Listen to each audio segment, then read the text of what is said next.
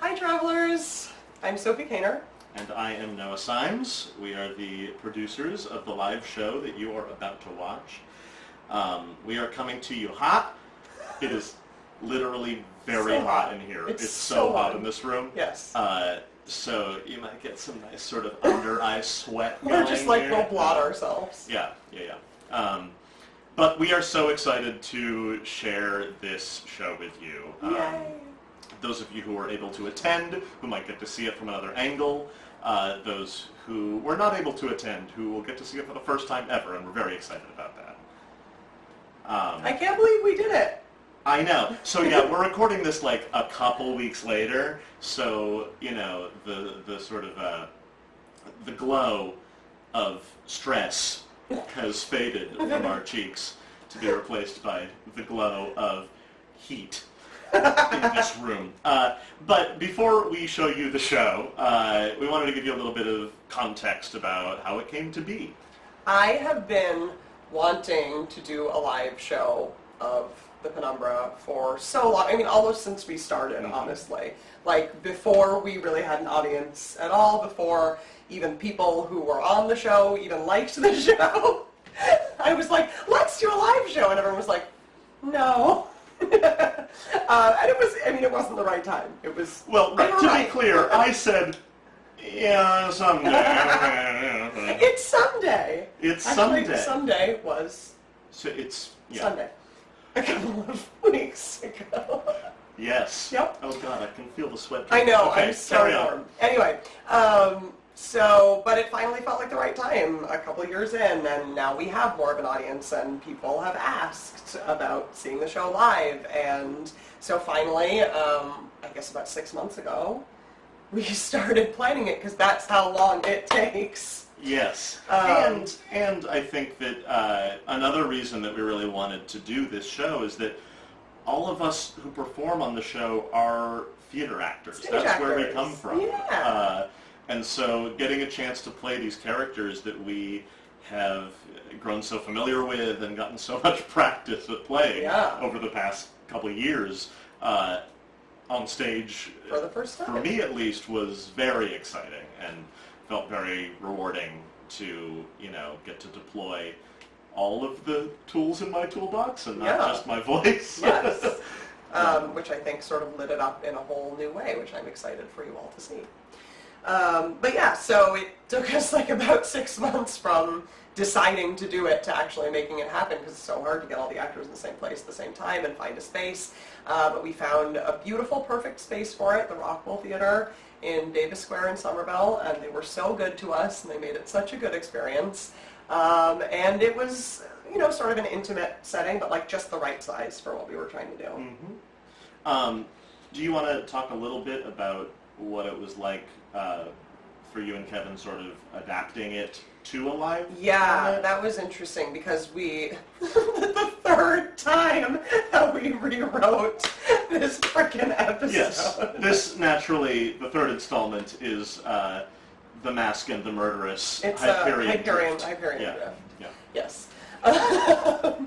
And so it was so, you know, because like obviously we never stopped tinkering with things, so it was like an excuse to be like, I always hated this line. So like, if you look really close, or if you listen really closely, you might actually notice that there are some very minor, non-content related lines that And some got of them are changed. just us messing up. Sure, yes, also mistakes. You know, it was live. But also we added a lot of bonus content, because we wanted it to not just be the material that you would already listen to on the podcast, but also stuff that was completely new. So keep an eye out for that. Yes, we're very excited. You'll about notice that. it. Yes, it's very different and very new, and it allowed us to incorporate new characters, or maybe not new characters. How cryptic. Yes, which I hope you really enjoy. And we also got the chance to get the audience involved, which was really, really exciting and made us feel really connected with all of you. It was really, really fun to be able to take this existing work and this existing script and sort of change the context to a live situation. I know even once the script was set, you know, the mere presence of an audience changes something so much, Yeah, and you'll the feel it energy was like when totally you watch in a few moments. It was electric in that room, and it changes everything. It Yes. changes our performances. Yes. It changes even the meaning of certain lines. And then the other thing that we had to sort of take into account was there are all these elements that aren't on a podcast, visual elements mostly. So lighting design and costumes and I don't even know. Do we have props? We had like a couple props. We had some props. And some movement. And a little bit of movement. Yeah.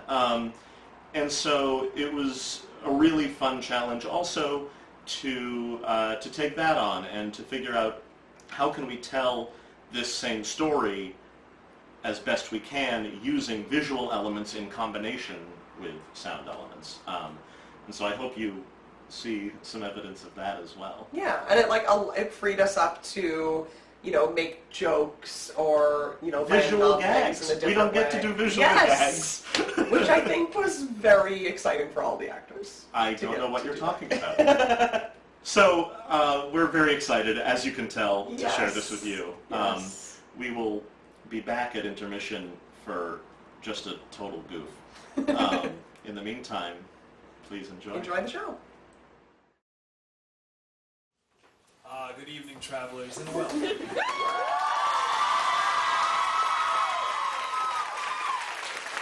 the Penumbra Podcast Live. How's everybody doing today?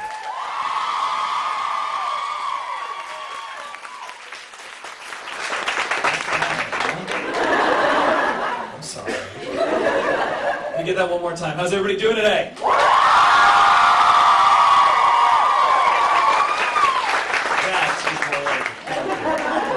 First off, we would like to thank Laura Sullivan and the Rockwell for giving us the space to tell our queer little tale today. And we have a few items of business before we get to the story itself. So first, exits. We have 2 of them. In the event of an emergency, you are invited to use either exit. You are not invited to be terrible to one another, so please go slowly, calmly, single file. If you get a chance, tell somebody their hair looks good. Then we're all going to be all right. Your hair looks good. Thank you. If you have to leave for any reason that is not an emergency, so during the intermission, after the show, etc., please use the door to my left over there. It should look familiar. It's the door you came in through. If it does not look familiar to you, I cannot help you. Second, cell phones. If you have a cell phone on you, who doesn't? If you could please just take that out, double check that it is off or on silent. Ringer is off as well. General rule of karma to abide by in all things, I think. If you are the only person in this room who does not turn off your cell phone, odds are very, very good you'll be the only person in this room to receive a phone call today. So just take care of that now. Thank you. Third, our show is about 2 hours long, with a 10-minute intermission in the middle, which I hear is where the intermission goes. During that time, you are invited to head on out into the hall. We have a bar out there with some specialty drinks for today. We have the Rita,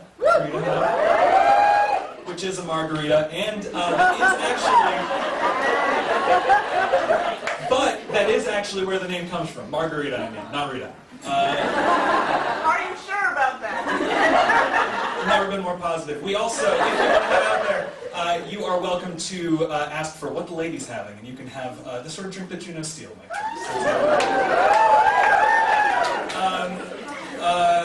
drink. We also have merchandise out there for you.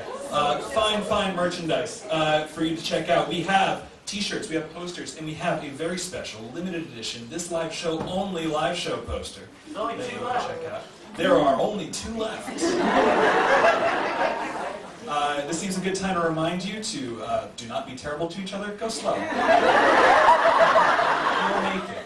After the show, we have a nice treat for you all. We will sign any one piece of merchandise, and if you have that special edition live show poster, we will sign that as well. That's all of us involved in the show, so we'll be waiting for you.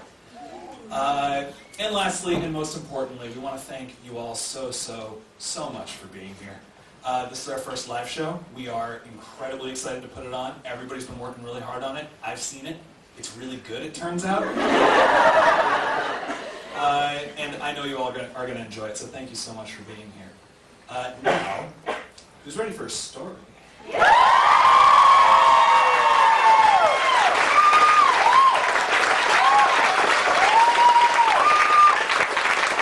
Well, that's good, because tonight's tale is Juno Steele in the Case of the Murderous Mask.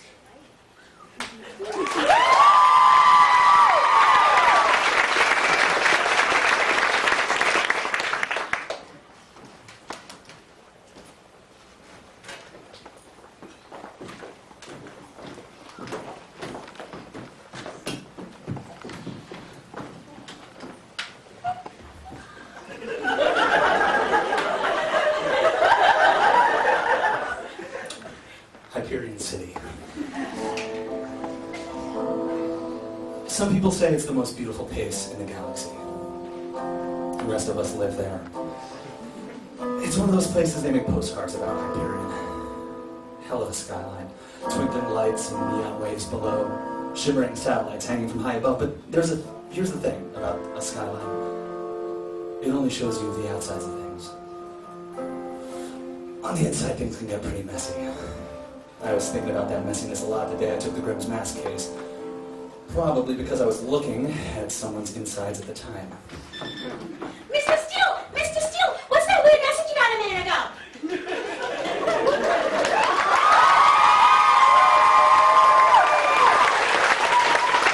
Boss? On my screen I saw what was supposed to be a glass trophy case, but it was hard to tell with all the blood covering it and the lower half of a human being hanging out the other side. But that wasn't even what made my heart stop when I looked at it. That owner went to the wall behind the case, on which was written in blood, "You're next, Juno Steele."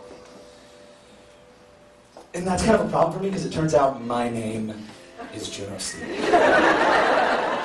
I'm a private eye. And in a town as ugly as this one, cleaning things up is supposed to be my business, but most of the time it just feels like I'm spreading the mess around. Whoa! Boss, I'm getting another weird message. It's a call of some kind, but the readings are all wobbly Who's and... it from? Can't even feel safe in your own boss's office anymore. Almost made me choke on my pretzel bits, and now I got salmon days. Just put it through already. I'm trying, boss, but it kind of just... Chipper as ever, I see, Juno.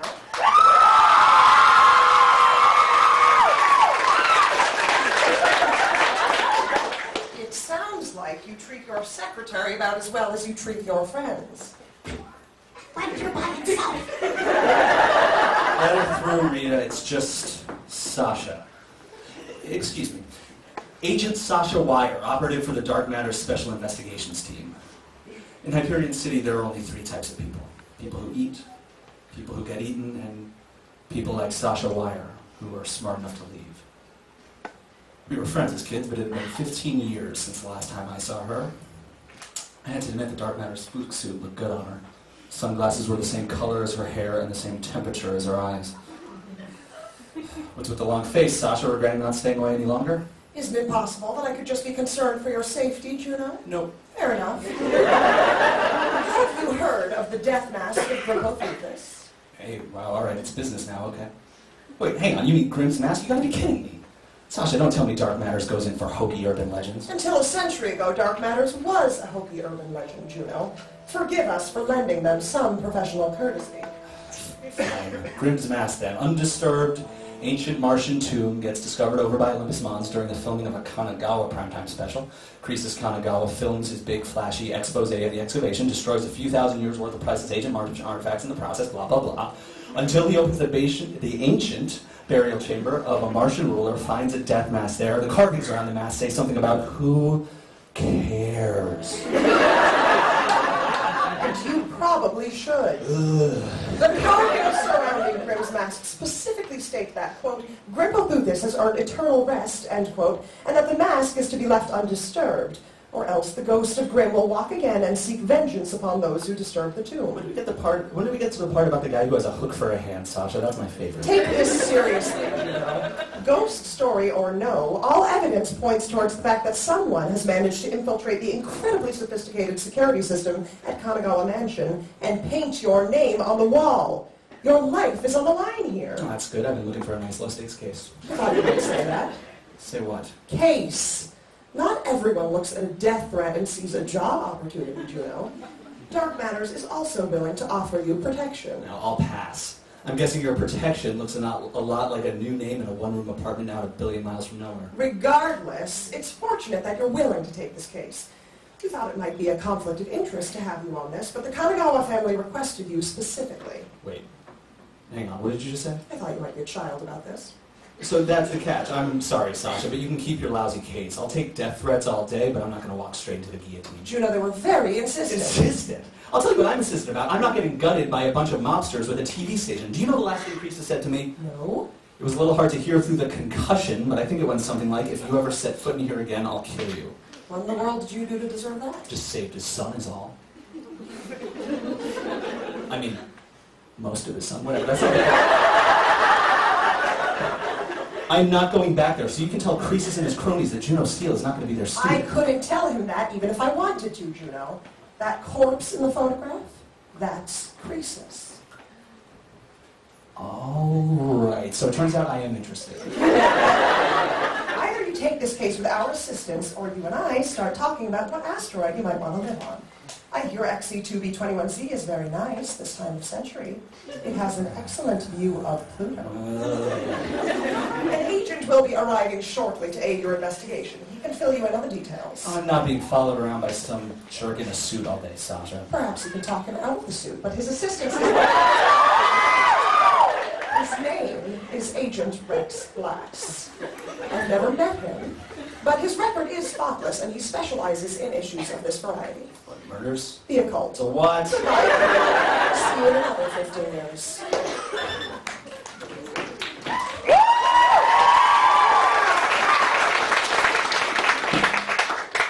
Juno Steele is a lot of different guys depending on the day. Collector of bad art, decent cook, terrible gambler, but here's one thing he's not. An exorcist. So I threw on my coat, grabbed my keys, and spun the right laser cards into my blaster. If I could get out quick enough, I might be able to solve this case without ever hearing about the ghosts or boogeymen or whatever Agent Tyrannosaurus was into. If I could get out quick enough. Hello? Detective Steele, are you in there? Would you mind if I...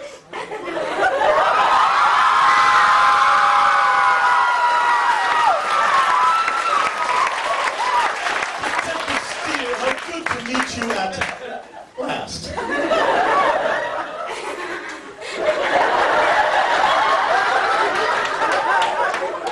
Detective, are you trying to climb out that window? I'd say I was succeeding. Well, I heard they do things differently on Mars. I must admit this is a surprise.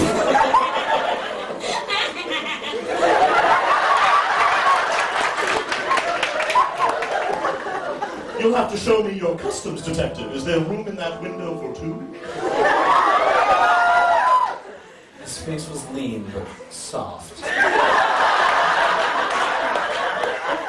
With a cherub smile and a fox's teeth.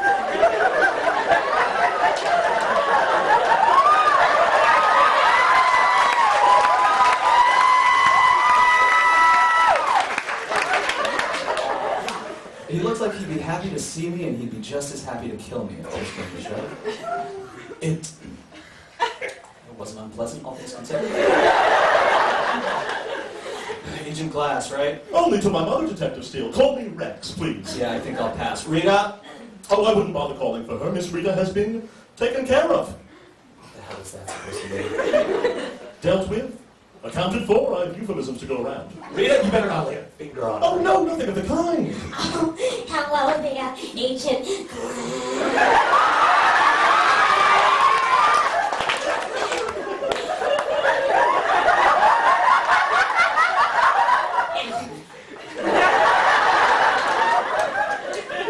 I just found the right way to talk to her. There's a right way to talk to everyone, Detective. You just have to find it. Here's hoping we find ours soon, eh? You should tell your coworkers that. I just got off the phone with Agent Wire. Oh, would you mind catching me up on what you know over dinner? Introductions make me peckish. You can eat in the car. I'm in kind of a rush. Some mummy wants me dead or something? It doesn't sound like that scares you much. Honestly, it doesn't. Perhaps you've been poorly informed then. You see, according to legend, Grimm's ghost takes a subcorporeal form, made primarily of animal bones, serrated brass, and clotted blood, and he rips each of his targets of his vengeance Are by... you coming or what? Only teasing, Detective. Only teasing. And even if you are torn to shreds by the talons of an undead nightmare, it won't have been for nothing. This little escapade has gotten me to Mars, and it's gotten me to you, Juno Steele. And I must admit, I'm enjoying both already. Yeah. You sure sound like it. You ready? Oh, Juno. I'm always ready. Creases Kanagawa lived in one of those mansions over uptown. It's easy to find, especially at night. You just look up for the moon. Then you look for the bigger moon next to that one. That's Kanagawa's.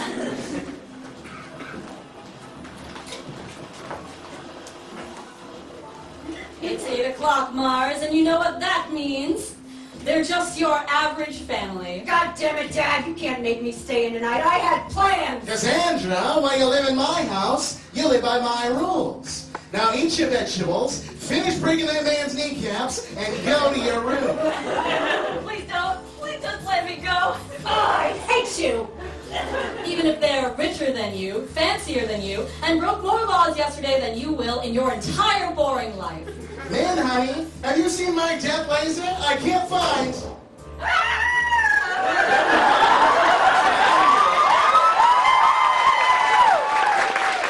This organized crime family knows what matters most.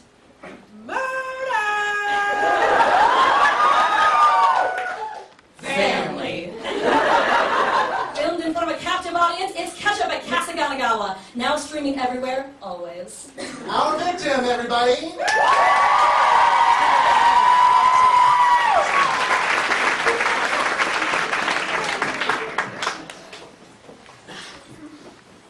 The mansion was heavily staffed, and I don't mean there were a lot of people. I mean, just looking at the biceps of the women guarding the door was enough to make you think of how brittle every bone in your body was. Between muscle and firepower, security was armed, and they had one other thing in common, too. Juno, is it just me, or did every single one of those people we passed just now have the last name Kanagawa on their name tag? Yeah, they like to keep the business in the family. But there were so many of them. There weren't that many. They were just good at surrounding you. Oh, that's comforting. Look, the Kanagawas breed like rabbits, Rex, which is to say that most of them don't make it past 16, but the ones that do are crafty, mean, and they will sell your legs straight off your body if they can get 5 creds for them. Those are savvy rabbits. The kind I'm used to eat carrots and wrinkle their little nosies. This must be your first visit to Mars, then. If you want to keep your limbs, stay clear of the sewers. Duly noted. What do they do, anyway, these Kanagawas? You're kidding.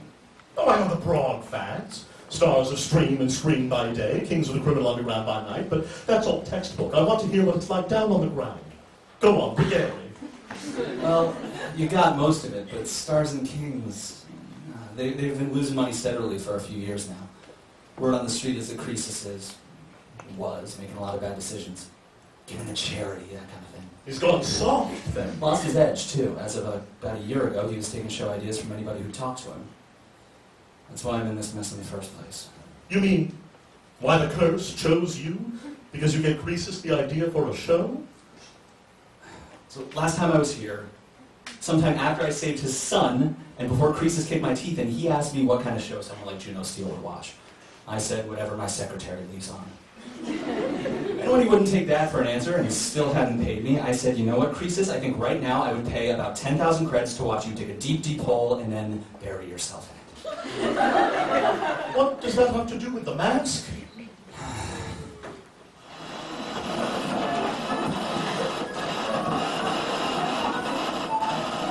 Hey, welcome back to the Mystery of Grimm's Vault. I'm Croesus Kanagawa, and before we cut to the commercial, I was about to bury myself in this deep, deep hole. Now, Dr. Expert, what do you think we're going to find behind that big, weird, ancient Martian door there? Death traps. Come on, that's no fun. Try again. Death traps. You're a real cut-up, aren't you? Death traps. You think it's nothing, because it's my hole, and how was I supposed to know there was going to be this big dumb thing down there? So let's find out.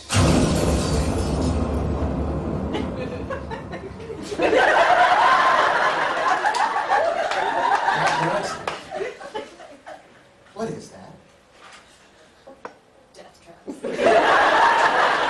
It's not, you idiot. It's treasure. It's gold. It's... Stop the stream. Come on. Right now. Pause for the doctor. Come on. Pause for the doctor.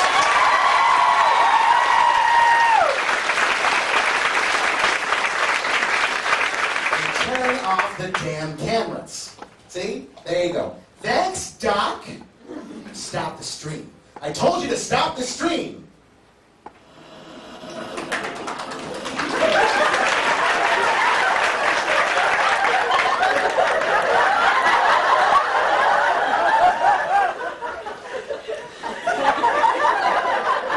Come on, the crime scene should be just up ahead. Oh, allow me to get that door, detective.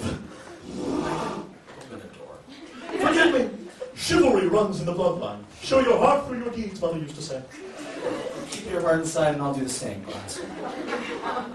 Incredible. It was something, all right. Croesus had been killed in his art gallery where Grimm's mask was being kept, and Croesus knew exactly what he liked. Can you imagine?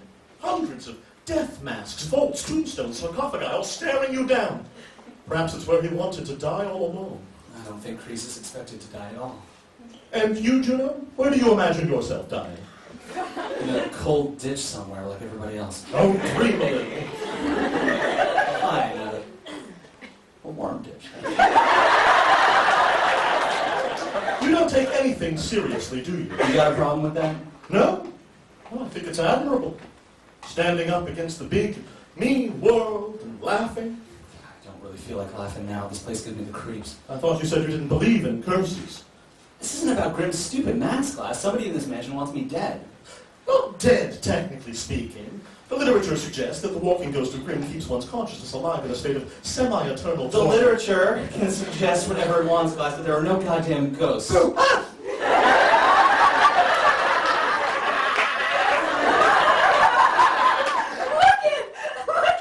Look at your stupid face! Incredible!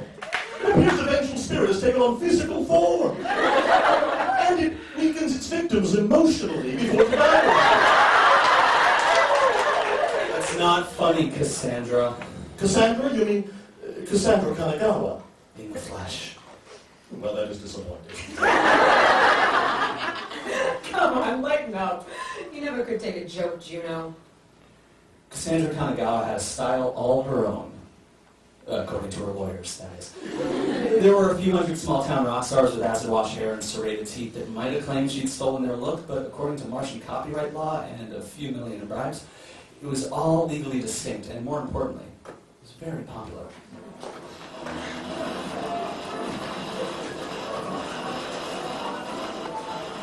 Hey, losers! I'm Cassandra Kanagawa, and here on KTV's Party Bus, we don't follow any rules except the ones we make, and we got a name for those. That's right, we call them the Highway Commandments! Highway Commandments!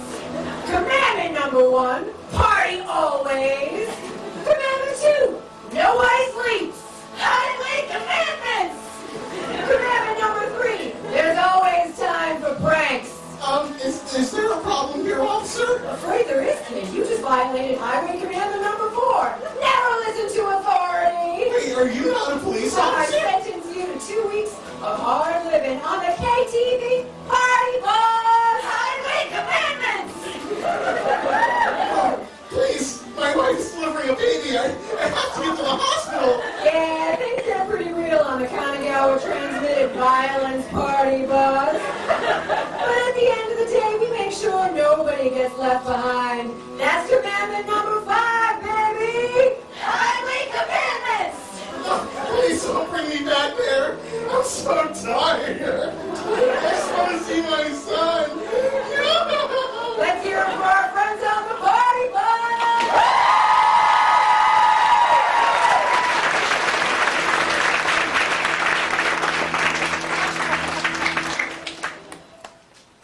I liked Cassandra. She was a lot of fun, but I kept reminding myself about that theft anyway, because you cannot trust a business person in Hyperion City, especially if you like them. I figured you'd be shaking your 10-cred shoes, so I thought I'd give you the warm Kanagawa welcome. Yeah, real considerate. My dry cleaning's going to your expenses for this one. Oh, hey, who's Mr. Sunglasses over there? What's the matter, buddy? They let you out of an eye exam early for good behavior? My name is Agent Rex Glass, Miss Kanagawa. It's an honor to meet you. Yeah, wish I could say the same. They told me you were coming. Min? Their stepmother. Hey, where is Min anyway? I expected to get the warm Kanagawa welcome from her, to be honest. Death of a family member comes with a lot of prep, you know? Meetings with the actuary, the funeral director, the writers. Writers? Yeah, writers. Gotta figure out how we're gonna spin this into a 3-hour stream special, right? Milk the old man for everything he's worth. It's what he would have wanted. You always were, Sam Cass. You mind leading us to the crime scene already? Ah, what's the rush? It's not like Dad's going anywhere. Damn it, Cassandra, would you cut it out with bumps in the night already? Sorry, it wasn't me. All bumped out. It sounds like it came from that tomb. Oh, come on, lass. This is a gallery, not a graveyard. There's no way creases fit a whole tomb in here. Don't be stupid, Juno. Of course he did. What do you call that? I think that's just a giant, terrifying stone door. The words "rest in peace" carved on it.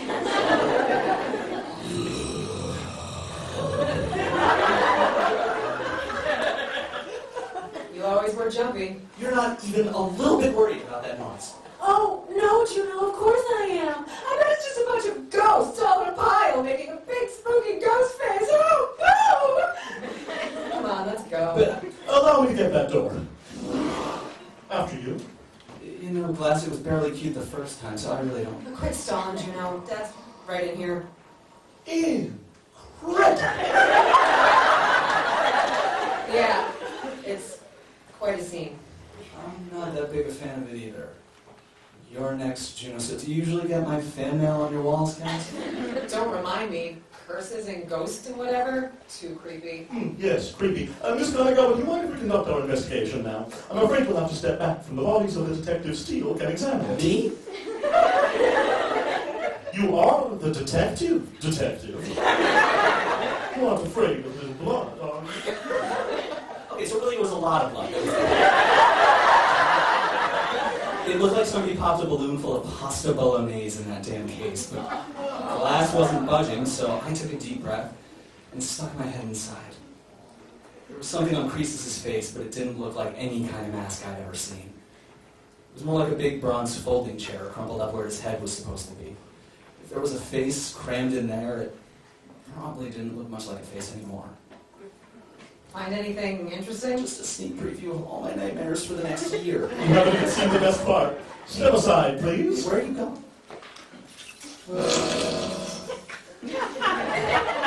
Suddenly the mask snapped open like an accordion. Whatever wore it would have looked like it had 3 little masks across 3 little heads, each with too many eyes and noses and other things to count. And as for Croesus, well, the thing had tried to split his one big head into 3 small ones, and succeeded. Amazing, isn't it? One could only imagine what the ancient Martian skeletal structure was like if they could split in this way. If you don't shut up about that right now, me and my breakfast are going to contaminate this crime scene. Pull him out of there, Agent. Dad's gonna roll over in his grave if you mess up his stupid trophy case. I don't know if you've noticed, Cass, but this case could not get any messier. All that? That'll come right out. This thing's supposed to get blood on it. What? She's referring to these, I believe. Look here, Juno, a set of 2 DNA key locks, set to open only if the right genetic sample is placed within them. Only the individuals with the correct DNA signatures could open this case. Unhackable otherwise. So, wait, let me get this straight. Anytime Croesus wanted to take his mask out to play, he had to cut his hand and bleed on both locks. Not both, moron.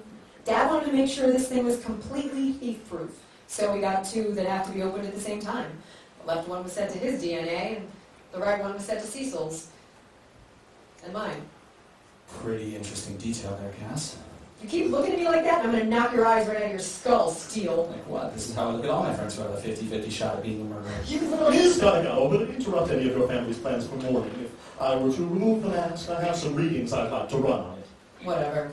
Knock yourself out. Say hi to Croesus for me. And, thanks, class. Anytime? You gotta admit, it's weird seeing Croesus in there. I knew they'd call me in to investigate him one day, but I always thought he would be the killer, not the victim. Don't count him out yet. Dad found a way to cheat everyone he ever met. Death's got his work cut out for it. Fascinating. What an extraordinary polymer. If you don't mind my saying, Cass, you don't sound all that upset that the old man's dead. He cheated you recently. No. No, he didn't, actually. It's just... This is a lot easier if I pretend he did. Mask's material, unlike anything else, incredible. It changes to assume the shape of what it contains. So, what were you looking for when you first came in here? What are you talking about? Oh, come on. It doesn't take a genius to figure it out. We said the first thing you did was look behind that plant. Croesus isn't exactly hard to find the way he is right now. One good push. That's all it would take. One good push, the mask would swallow its victim. Rex, Oh. I'm kind of in the middle of interrogation over here. Oh, apologies, detective. I'll just bring the mask over here then.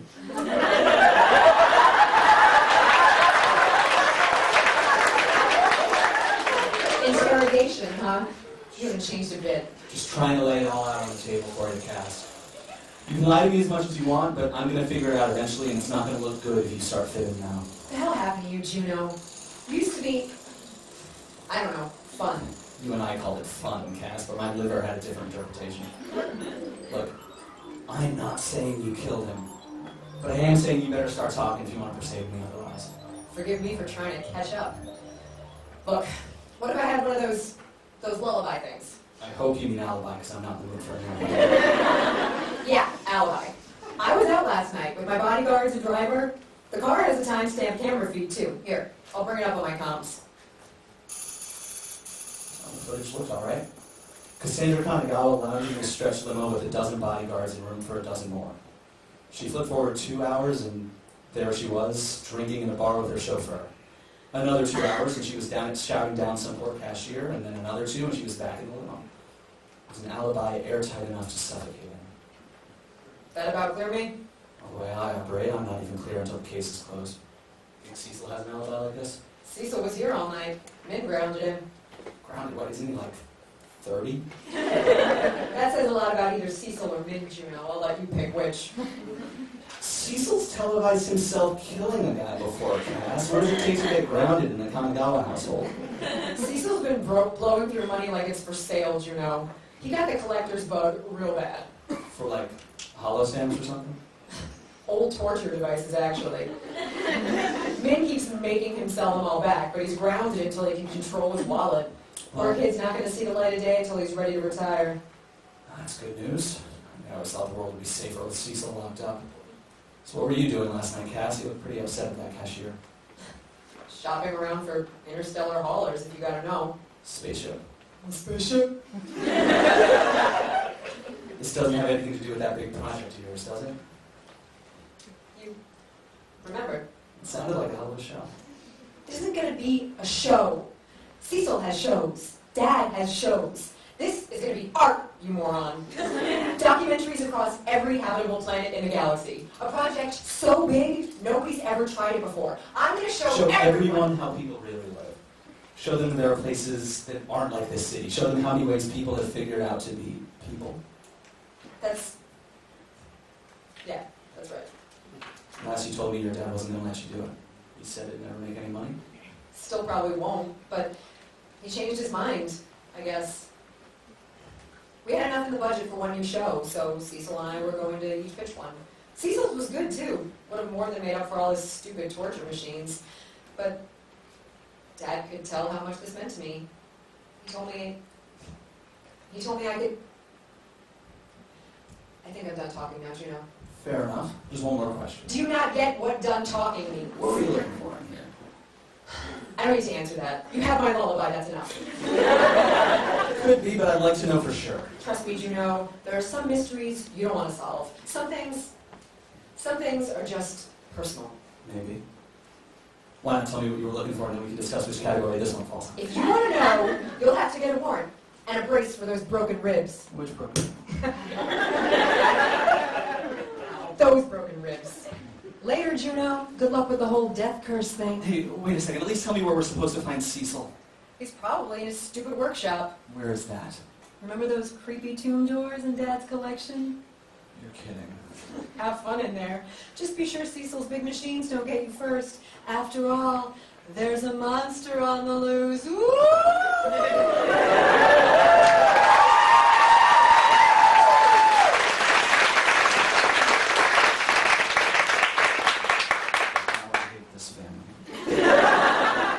Rex, you find anything over there? Oh, did Cassandra leave? Well, it's a pity. I wanted to ask her about these doors. What, are they haunted or something? No, I'm just looking to remodel. Shall we continue on to... You sure there's nothing else over there? That was pretty quick. In training, they taught us that your chances of solving a murder plummet 7 hours after death, Detective. We have to keep moving. Back in the HCPD, they always told us 24 hours. Well, I'd say that explains a lot about the Martian crime rate, shall we? Sure, Rex, whatever you say. I dragged my heels on the way back to that creepy tomb door. I had something on my mind, for one thing, but more pressingly, I really did not want to know what torture machines or ancient ghosts or goddamn dinosaurs were lurking back there making that noise.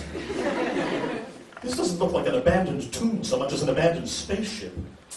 You sound disappointed. Oh, not at all. Some of the strongest paranormal activities have taken place in sunken ships. Space pirates' curses and alien specter. You don't really buy all that stuff, do you? I believe in things bigger than us, and things outside our comprehension. The universe is full of mysteries, Juno. Where we go when we die. Why some objects seem to bring luck or misery wherever they go. What unmeasurable force causes two strangers to become closer? No mystery to that last one. I hear you can buy it by the bottle so long as you have a valid form of ID on you. What's made you so cranky? I hear there's a name for it, but I never asked. Psychiatrist give me the creeps. Really now, I want to work with you, Juno, but if I'm going to do so, you'll have to cooperate.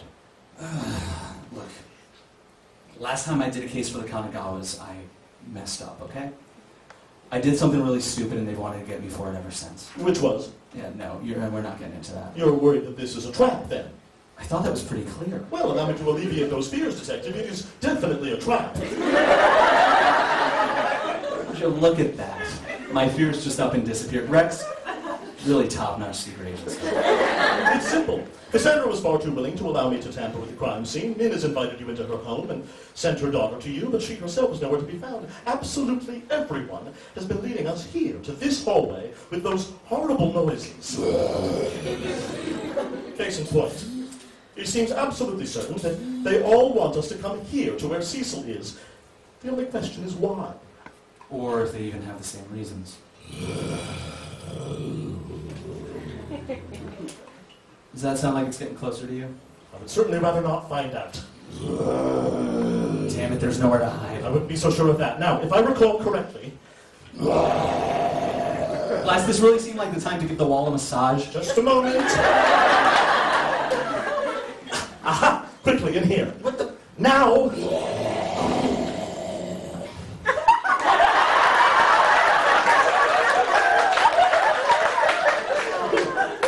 That sounds like it was very close.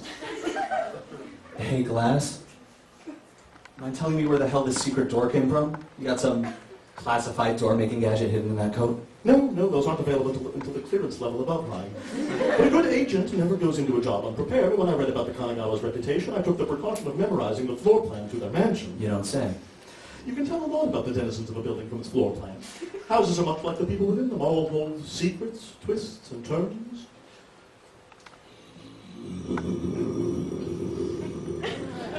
And giant roaring monsters, apparently.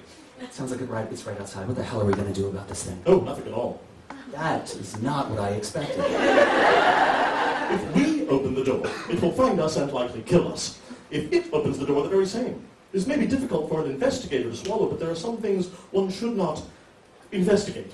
You're not the first person today to tell me that. So given all that, there's nothing to be done but wait, hope that we don't die, and hope even more that the creature leaves some evidence or ectoplasm behind to examine. And in the meantime, I'm much more interested in you. That makes sense. You've just implied that everyone is a monster lurking in the halls of their mind. We're going to rely on each other in this haunted mansion. Is it so strange that I would be interested in what shapes your demons take? I'm a little more worried about the shape of the demon that wants me dead, honestly. You have a very interesting name. Juno. Juno. Like the goddess, I assume? Mothers, guardians, protectors? Not sure that's what Mom had in mind. Looked the name up once. Turns out Juno had a mean streak a mile wide. She had a nasty habit of killing her kids. And do you have a mean streak, detective? No. Mom did, though. Never killed me, but it wasn't for lack of trying. How about Rex? Does that mean anything?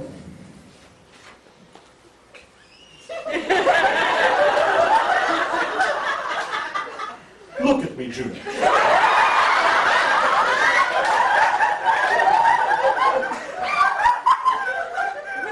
I am? No. Look at me. Really look. Now tell me, what do you think Rex means? Right now I'm thinking it means guy who took Psych 101 a little too seriously. Very close. It means king, Juno, in a language dead 10,000 years. I take my name as a creed to live by. Control your name, and you control yourself. Pretty tough, Rex. I wish it was that simple. Goddess of protectors. What was that? We've wasted enough time already. That thing hasn't made any noise in a while. Maybe it found somebody else to eat. I would advise caution. It looks like the coast is clear. Let's go. So much for caution. Juno, I do want to apologize. I hope you haven't taken too much of... I can tell you're upset, detective, but there's no need to be rude. Shut up. Don't you hear that? Here. What in the world is that? It sounds so familiar. It might be... cameramen. It might be what? Rex, I need you to do two things for me. First, look above us slowly.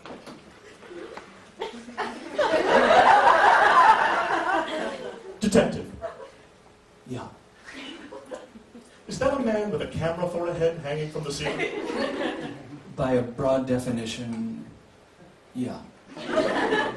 And what's the second thing you wanted me to do?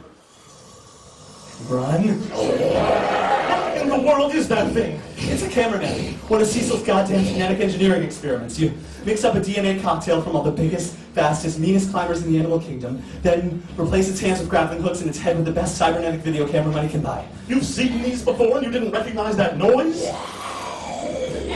Thank you, yes, but the demonstration is not necessary. This looks like a new model. They didn't have quite so many arms the last time I saw them. It's gaining. I can see that, thanks. Maybe come up with an idea instead of shouting status updates. Would you know watch where you're going? It's stopped. Very courteous. Maybe if I run into a few more walls, it'll go backwards. It's moving again, but why? Juno, why didn't the cameraman begin to run until we did? If it wanted to harm us, it could have dropped down and crushed us before we ever saw it. Perhaps it doesn't want to hurt us. Whoa. Funny way of showing it. But that's not a bad point, Rex. If it wanted to drag us to wherever Cecil wants, then why didn't it just get us then or when I fell? Perhaps it was enjoying the show? The show. That's it. Quick, Rex. Hit me. Damn it, do I have to do everything myself? That was good television, that's it. Now you. Hit me. Quickly. Well, if you insist. Come on, are you kidding me? That was nothing. Oh, Juno, this is the strangest. Hit me! All right, hit me again, now move closer to that door. Are you sure you shouldn't hit me? Just do it! Almost there.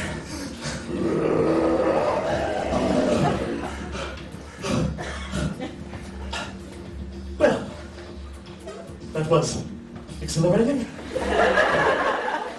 Glad you enjoyed it. Allow me to... I can get there on my own. This mansion is certainly full of surprises. Trying to think here. Could we just be quiet for a second, please? Of course.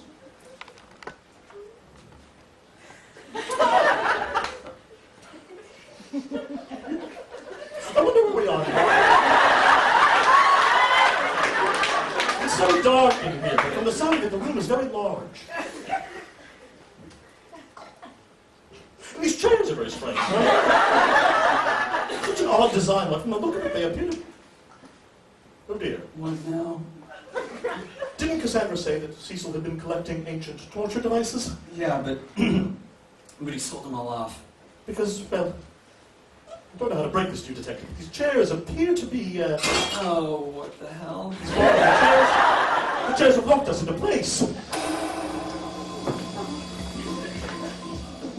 Esteemed visitors, elders and gentle children, human beings from across the span of age and space.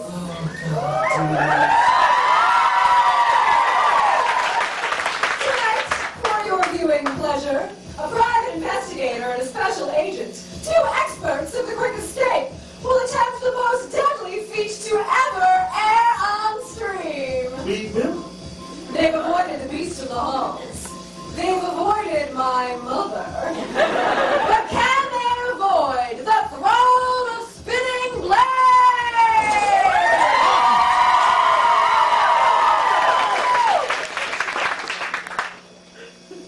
Brought to you by the Kanagawa Corporation. This is Cecil Kanagawa's From the Jaws of Death!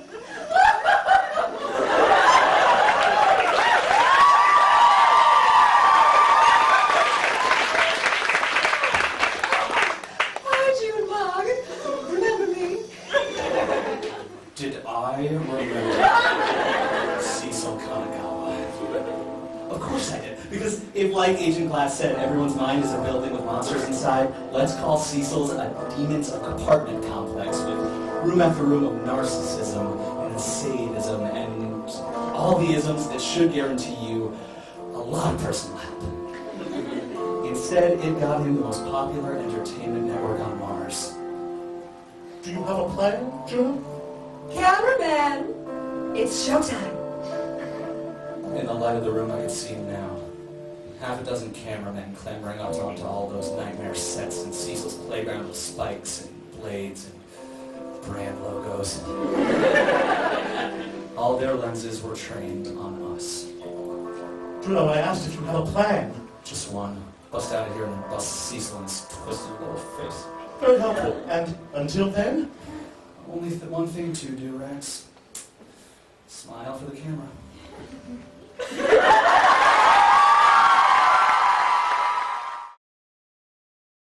Hi again.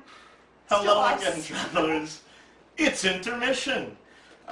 During the show, your compatriots who were there were wandering out into the lobby and getting a drink and buying some merch. Right now, instead, you get to listen to us be a couple doofuses. Yeah. Is it doofi? Ought it be doofi? No, it's actually doofuses. It's a common misconception. Thank you. Mm-hmm. I'm learning something new every day. So what we have done is we have each come up with a series of questions for the other to challenge them. Not to challenge them.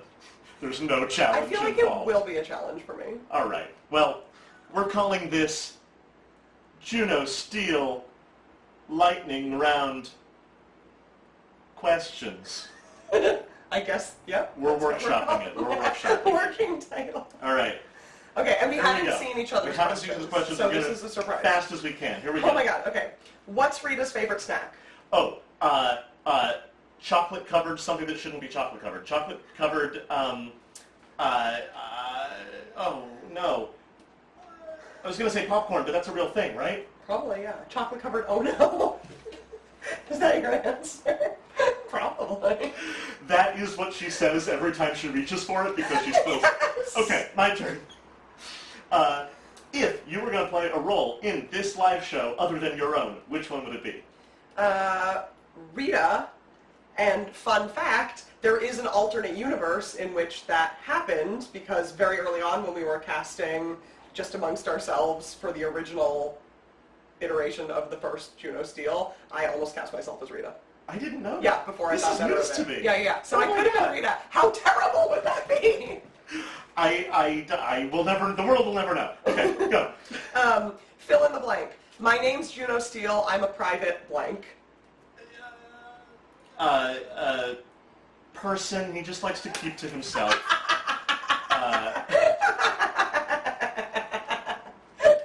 Such a good answer. Okay. I'm so sorry. Okay, here we go. You are trapped on a desert island with any one character from the Juno Steel universe. Who would you like it to be? The whole Juno Steel universe? The whole universe. Oh my God. Only characters we've met, though, not just like some guy on Neptune. Oh, Alessandra Strong, of course. Like, she'd be totally prepared, and Good she's move. hot. You would not be there long. Okay. Which Kanagawa do you think you could most easily escape unharmed? Oh, I guess Cass. I feel like Cecil has plans. He does. And Min has too many plans. Yeah. She's a whole other level. Yeah. So like, just through sheer luck, maybe Cassandra. Okay, sure. Okay. If you were running for the mayor of Hyperion City, what would the sort of centerpiece of your platform be? What would you campaign on? God, because like if it were not Hyperion City, I would say like keep it gay, but like everyone is gay, so that's Yeah, no, useless. not a good stance. How about just still gay? A real stay the Just course like kind of status quo. Sorry, gay the course. Okay. Does Sasha Wire date? Oh, I think, you know what I think? I think that Sasha Wire is like, do you know in the Kate Beaton comic about the 80s businesswoman? How she sort of picks up the phone and goes, with her big broad shoulders, and she goes, "We are having a date tonight at 8 o'clock," and puts it down. I think that's how she dates. Okay, like, awesome. very executively. Yes. Yeah. Okay. All right, we're going to play Kill, Marry, Kiss. Mm-hmm. Yep. The three Kanagawas who appear in this show. Oh. Okay. So Kiss, Cass, because she's very hot, and marry. See, here's where it gets tough. I think Min, as long as like we're chill, because then she seems like she would be a really helpful Lady Macbeth situation. You gotta have it. And yeah, I'm very scared of Cecil. Sure. Yeah. Okay. What's the best name for a Martian rabbit? Oh, Ralph? Sure. I'm a very big fan of giving animals extremely human names. Yes. Maybe Barbara? Barbara! Barbara Oh, I the do like that. I Martian do rabbit. like that very much. That might be my That's favorite. okay. Okay. That's good. All right. I have an extra lightning round for you. This Okay. is I'm a very series. nervous. You just have to make a choice between two things. Okay. Which one do you prefer? Which Okay. one do you want? Which one would you... whatever. Okay, Okay. here we go. Cecil or Cassandra? Cassandra. Rex Glass or Duke Rose? Rex Glass. Prince of Mars or Queen Amira of the Citadel? Royalty theme. I love that. Thank you. Queen Mira. Would you prefer to go to the Vixen Valley or Polaris Park? Vixen Valley. I know the answer. All right. Which is your preferred McMercury? McMercury, King of the Freeway, or McMercury, King of Security? King of Security. Yep. And why? Because I just feel like he's grown into himself. That is such a nice answer. Yeah, I'm really nice. That is so pleasant. Mm-hmm. I'm known for being pleasant. She isn't. So that brings us to the end of whatever I said this was called at the beginning. Oh, I was going to say a goof, but... I did say I Juno did call Steel it that lightning too. round questions. We hope you've enjoyed your intermission. Everyone should be getting back in by now. So please enjoy the second act, and stick around after to see what some of your compatriots who were at the show thought of it. I hope they liked it. Boy, me too. We I put a guess lot we'll of work see. into this. Yeah, whew, hope so. That's it. That's it. Still just a moment longer, Junebug. You should never underestimate the value of the makeup department. What the hell is this? Powdered cyanide? Only mostly. When did you get so delicate, Juno? Oh, your next agent. Breathe deeply, please. We'll be adding your pulse in post.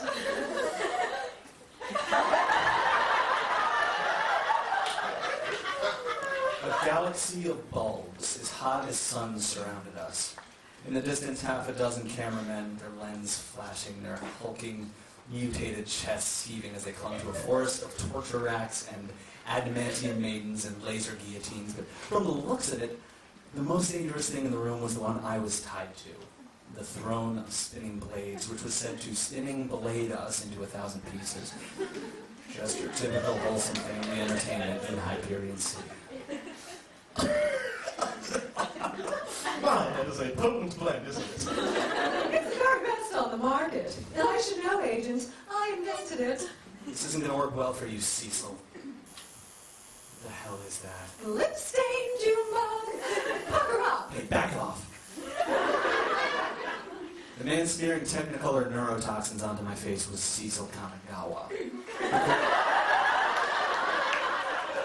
The creative mind behind it, primetime stream blockbusters like classic gangland hits demonstrated. And these are your nightmares. And Coliseum 2, we gave the lion a gun and you won't believe what happened next.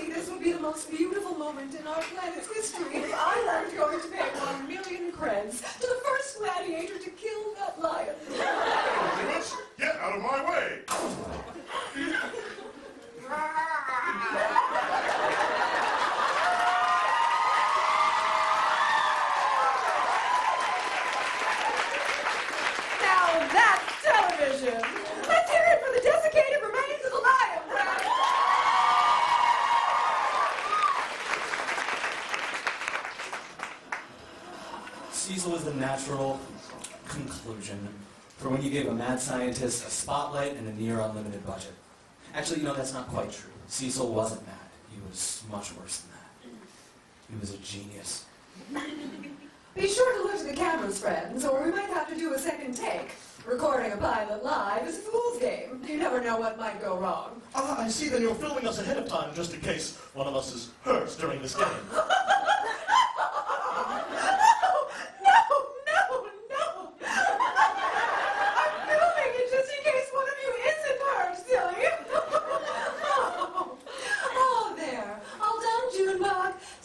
Yourself. Damn it, Cecil, you're not going to get away. You know what, you're right, that color looks really good on me. Of course it does. I've never been wrong before. Never. Anyway, Cecil, you're not helping your case up here. This whole stupid setup is halfway to a confession, and you know it. Confession of what, Junebug? You know what I mean. You were grounded here last night. You were the only one who could open the case to Creases' mask, and we both know that you had it against me enough to smear my name in blood all over the wall. You had the motive, the means, and the 10 tons of pure, uncut crazy. Why, you do go on. I have no idea what you mean, Junebug. You're much more cooperative, Agent. I might have to keep you around after all. I try my best, Mr. Kanagawa. Well,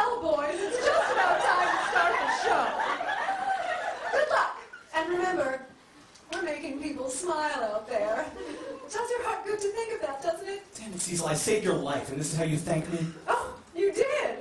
And you even gave me a reason to get this special arm of mine. And now I'm thanking you for all the good you've done for me the only way I know how. I'm making you a star, baby.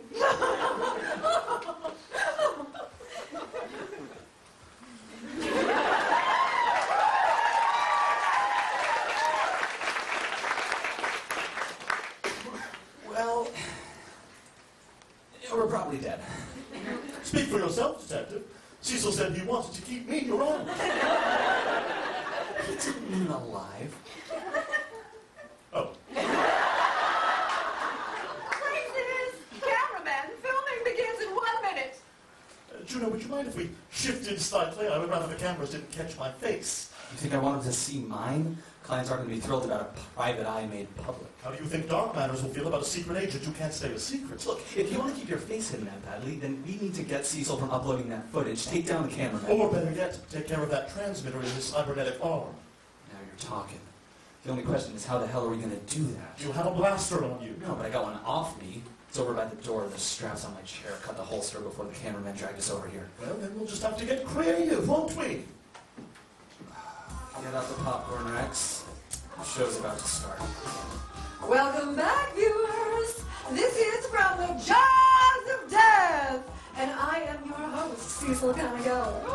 But of course, who doesn't know me?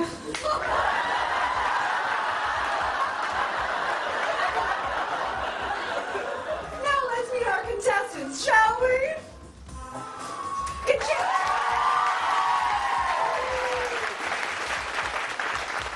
In chair number 1, Rex Glass. He's a special agent with Dark Matters, viewers, but our talented team of researchers could find nothing else on him. Not a thing. Can this man who appeared without a trace vanish without one, too? Impressive, Glass. No record at all. Of course not. Dark Matter scrubs them for us. And in chair number 2, Juno Steele, Private Eye.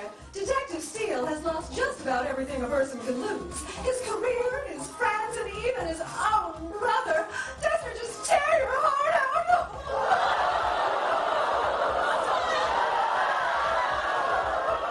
What? Juno, Don't say anything. There's only one question we have about Detective Steele tonight, viewers. Will he fight through the tears and live for his little baby brother? Or does this 38-year tragedy end tonight? Let's find out!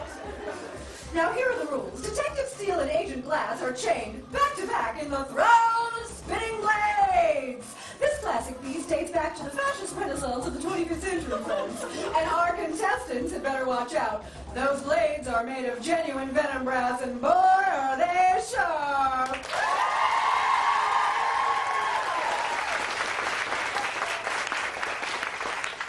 The detective and the agent will have 5 minutes to escape before the spinning blades drop onto them. But there is a twist. Of course there is. Shh, I want to know the twist. The chain that binds them together is also affixed to a gear in the throne's blade works. Should they pull too hard, they will hear this noise. And the blades above them will descend inch by fatal inch. So don't struggle too much, boys. This could be a hell of a haircut.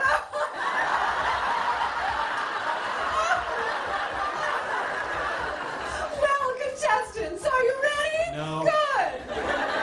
You'll have 5 minutes to escape.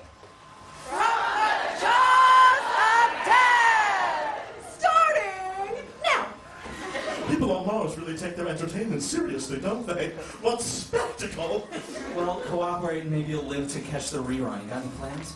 These chains are too tight for me to slip out of. We'll have to break them somehow. Hold on, I think I might have something for that. Listen, when you get locked up as often as I do, you eventually learn to prepare. My prep was cheaper than most. It didn't cost any more than a spool of thread, the sleeve of my coat, and a 10 cred plasma box cutter. I undid the threads in my sleeve and pulled the box cutter out. What is that? I can't see. It doesn't matter, just stay still. Yes, but Stay still. I twisted it in my fingers slowly, a single twitch, and that thing would have been down by our feet. And then we'd be 6 feet under that. I pushed the blade against the chain.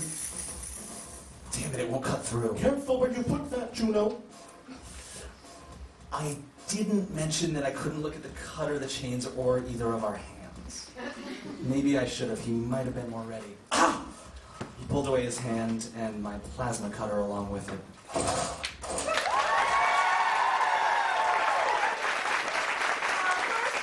Chain. Come on now, boys. You aren't going to lose that quickly, are you? Oh, shut up. You people are the reason there are no good shows on in this city anymore. You know there's no actual crowd here, don't you, Juno? Yeah, I know that. Can you reach the blade you just dropped? Sure, if you don't mind wearing that blender above us for a hat. Well, I'd rather not do this, but check my back pockets. They're too far from my hands for me to reach, but you're back there. Just be careful, who knows what you'll find. Glass wasn't kidding. He kept more per pound in his pockets than most kangaroos. Pennies, keys, cards, tablets.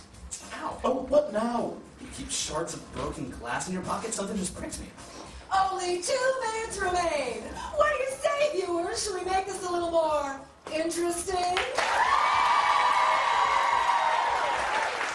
what I thought. Cameraman, go and give that chain a little tug, would you? There's no time. Keep looking. So, I kept looking. A toothbrush, a dozen loose breath mints. I found it between half a sandwich and the other half of the sandwich. A heavy-duty plasma box cutter. Really heavy-duty, not the kind you can just pick up at the 5 in cred. Would have been nice to know about this before. You said you had it under control. Just cut the chain. Well, I hate to see it in action. Here are a few interesting facts about the throw and spinning blade.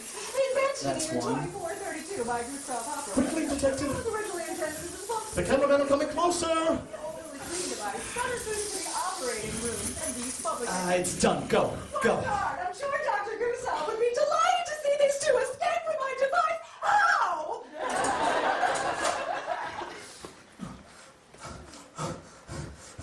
Yes, give me the knife. All right, take this one. I'll go for my gun. But how? Those things are in the way. So long as you can take one, I can figure out the other. Come on, big guy. I'm ready for my close-up. 2 cameramen came barreling towards us, all bulging muscles and twisting lenses. One of them headed for Rex, but he didn't last long. Just one flick of the wrist and glass carved that mutant a new set of gills.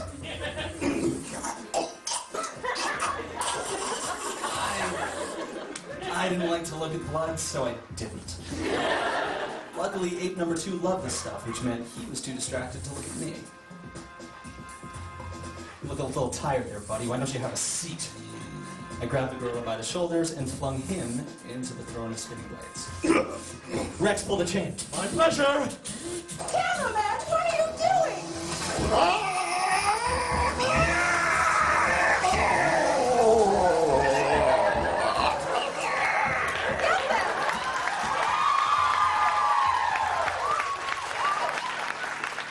Seize them! Focus your lenses! I don't want to miss a frame! Juno, Cecil is getting away. We'll deal with him in a second. Hold the cameraman back while I go for my gun. Now my blaster was across the room, on the other side of a herd of brazen bulls. I got to it quickly, but looking at the monster clinging to the wall, I apparently wasn't the only one who had that idea. We're gonna take a few good shots. Too bad. I take the only shots that count. Juno, some assistance, please. On it, duck!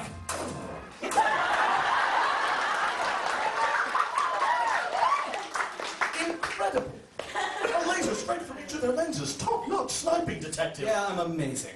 You've never seen anything like me. I've heard it all before. You're welcome. Now we gotta torch whatever footage Cecil has backed up on that arm. He just ran into that grove of pair of ambush trees. Keep your blaster ready. There's no way of knowing what tricks he has planned in there. I should have known what tricks he had planned. Actually, as soon as I saw the first camera hanging in the forest, I should have remembered that Cecil never thought of failure as failure. It was just a backdoor pilot to newer, better slaughter. Surprise, Agent! Let's see the star-studded special end with a spike-studded fist! Cecil was coming in hot and Glass wasn't ready, so I shoved him aside and raised my arm. I always was a good catch. Ah! Damn you, Junebug, my hand is stuck! How do you think I feel about it? Oh wait, this is how!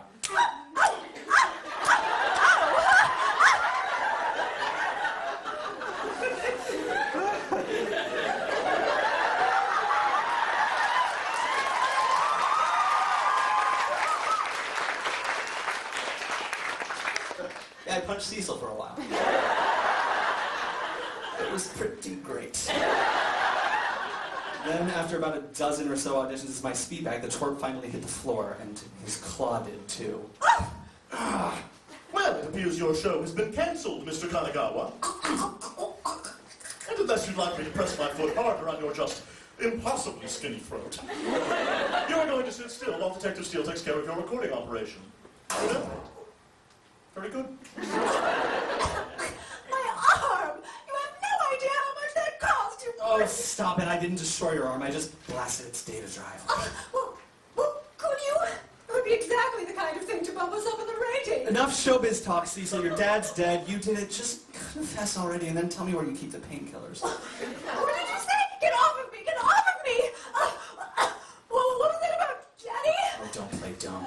Your father is dead, Cecil. You did know that, didn't you? Daddy!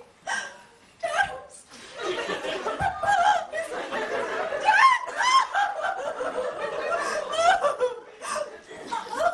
Juno, do these seem like crocodile tears to you? When did it happen? Where? What was it? It was his heart, wasn't it? He forgot his medicine, didn't he? Oh, he was always shouting. Diddles, diddy-doo.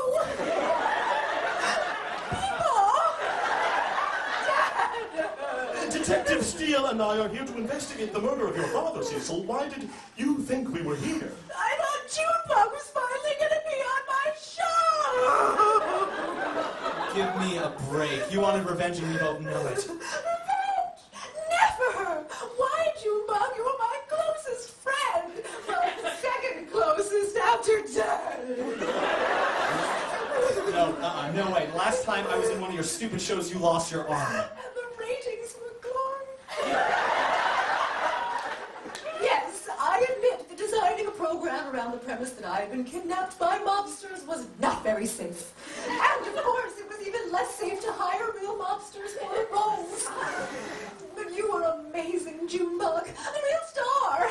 If it weren't for that sticky clause in your contract that prevented us from using your face or name, you would be on every billboard in Hyperion City.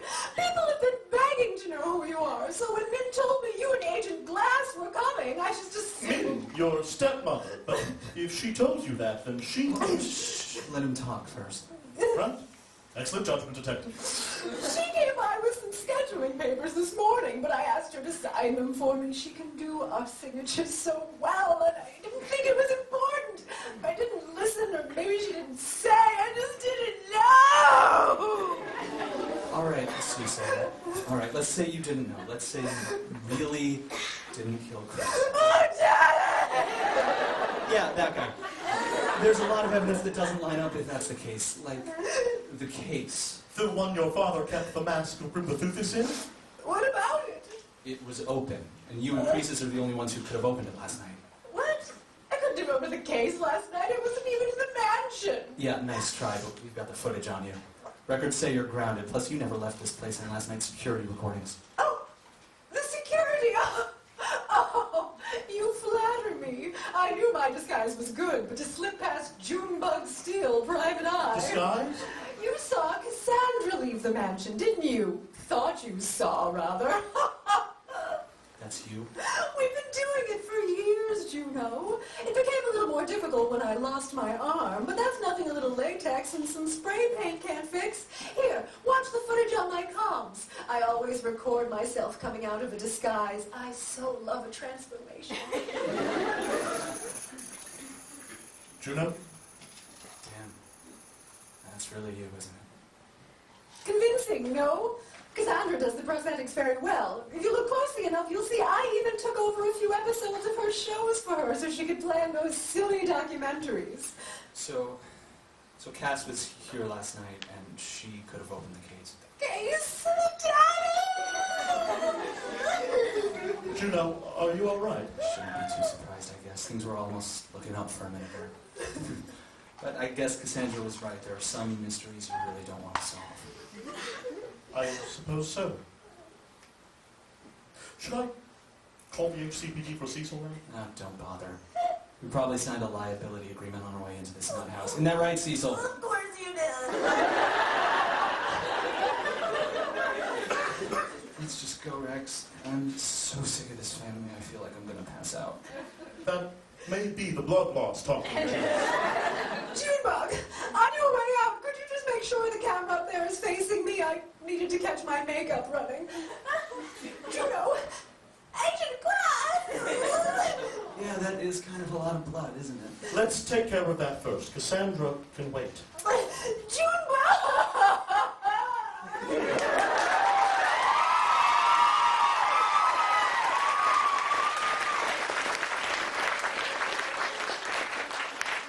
I barely made it 2 steps out of that creepy hallway when my legs decided it just wasn't worth it anymore.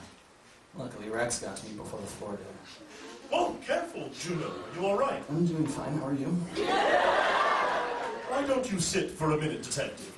I'll look for a first aid kit. Just don't move, understand? Couldn't if I wanted to, Rex. Hey, anyone ever tell you got a nice smell? What's a guy gotta eat to smell like? It's cologne, detective. Huh. Never tried eating cologne. Well, have fun with your first aid kit. My vision sat still long enough to watch Rex leave. I had a lead I needed to follow up on while he was gone, but for a minute I couldn't keep my head clear enough to do it. I just kept spinning with the Kanagawa Entertainment Network, that death mask, dark matters, all the other ways this city could run you ragged, then kill you dead. And in the end, it just flashed you a smile and asked you for a tip. It's everywhere in this city. Entertainment, law enforcement, daycare, politics.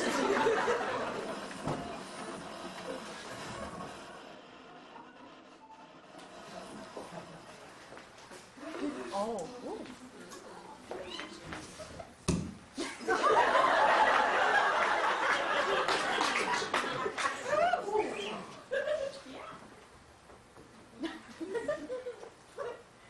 Good evening, citizens. This is Mayor Pilot Pereira's.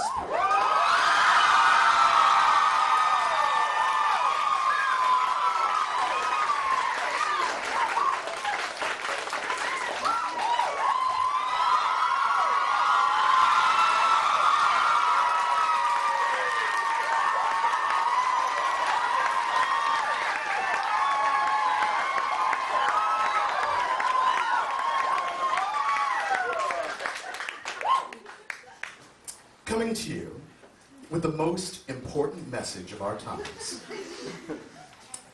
I am not happy.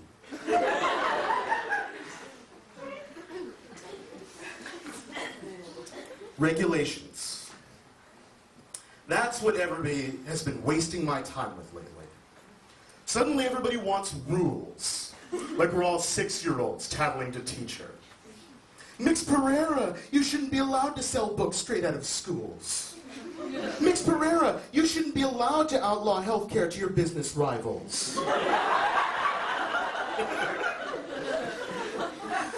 But let's focus on something that you all care about, Let's talk about entertainment.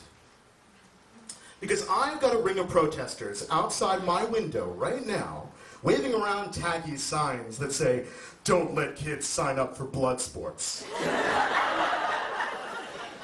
And deadly game shows should require your consent before you participate.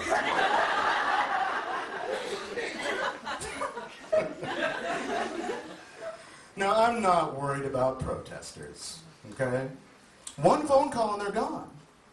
But they're like a rash, you see. They annoy me. And they'll be back unless I do something about them.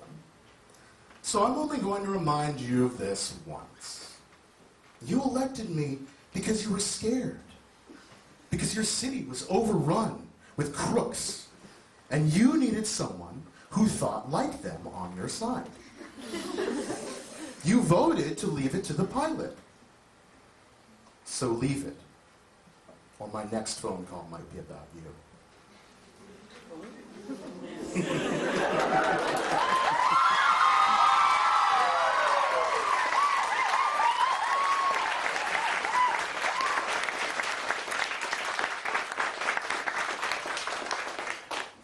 this is your pilot. Signing off.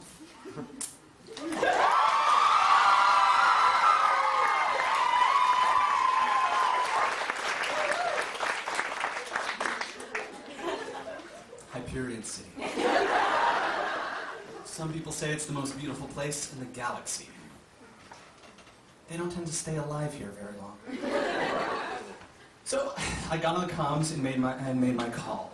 49 seconds later, I got a call back. It took you longer than usual. Well, sorry, boss. It ain't every day you ask me to search for something like that thing. Maybe every other day, but... Rita, I've got no time and even less blood. What is it? Pretty much exactly what you thought, boss. You said you found it underneath a door handle? I didn't find it there, but that's where it was. That's one scary door. What's a door need with somebody's blood? You don't need to say it if we're both thinking it, Rita. Gosh, Mr. Steele, we sure are talking about this vaguely.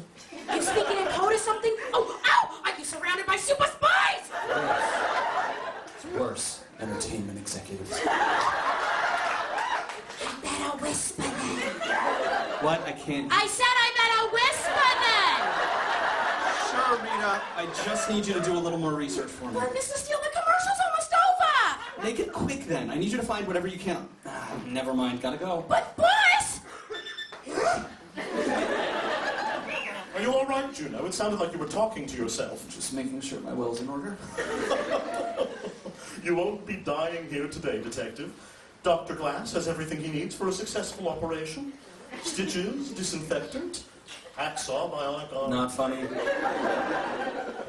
What's the matter, Juno? You've never played doctor before? Not really in the mood for games, Rex. You want to patch me up or what? Testy. So, what do you make of this case? Well, she's the only one who could have opened the case.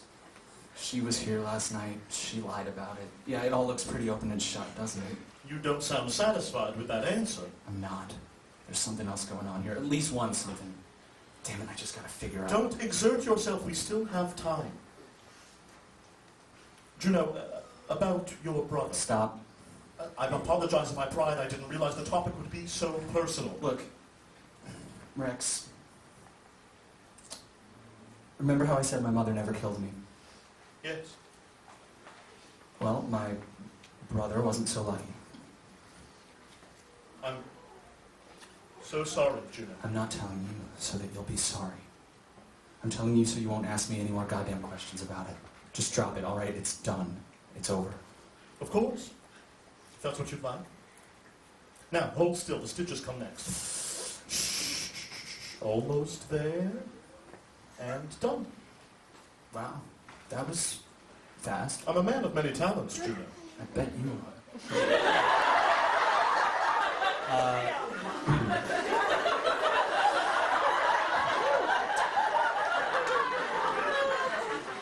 Rex?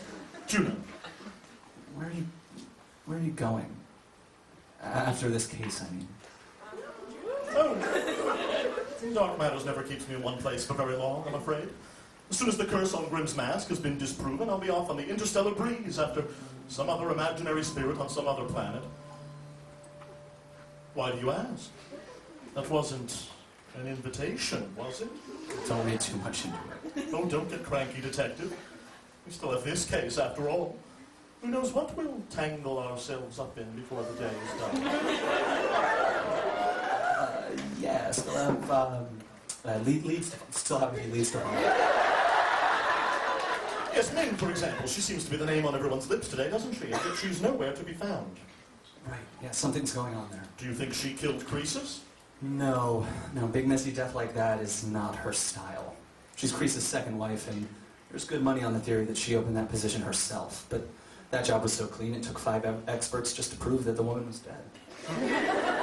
Then what could she be up to? I don't know. So we gotta find her, ask her a few questions, and as long as we've got time on our side, we'll get to the bottom of it. Right, Agent? Right, Detective. Good. Yeah, I think we will.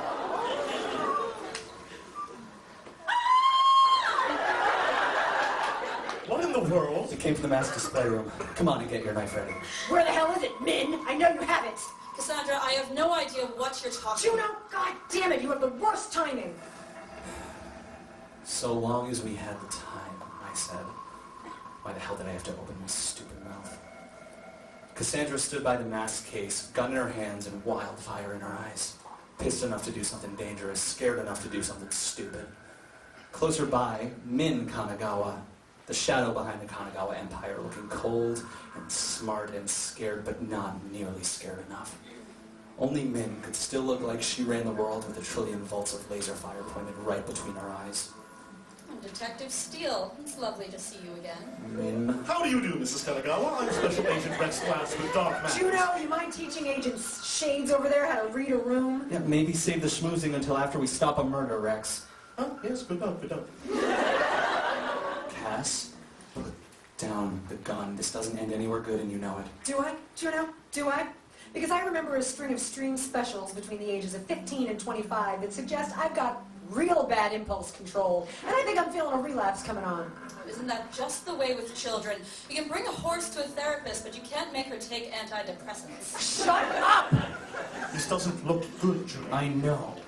Then what's the plan? Make another 3 hours appear out of thin air and then use those to wrap up this case. Hey, you two are gonna knock off whatever the hell that is right now, all right? And hands up, both of you.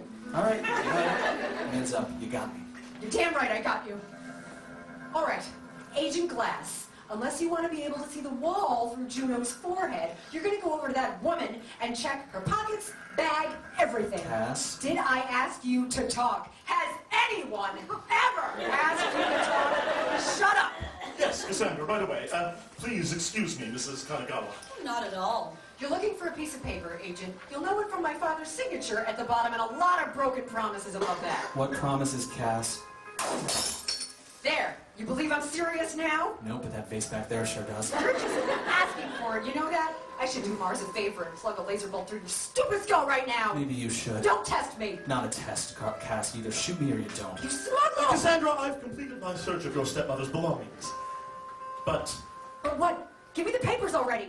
there are no papers, Miss Kanagawa. Min had nothing in her bag besides a prescription for anti-hallucinogens made out to you. What? But that's not... She's gonna have them. I know this comes as a bit of a shock, Cassandra. I'm so sorry, but your doctor and I discussed it, and she thought that these would suit you. And so after your next appointment... I do not hallucinate. I'm clean, goddammit. I've been clean for years.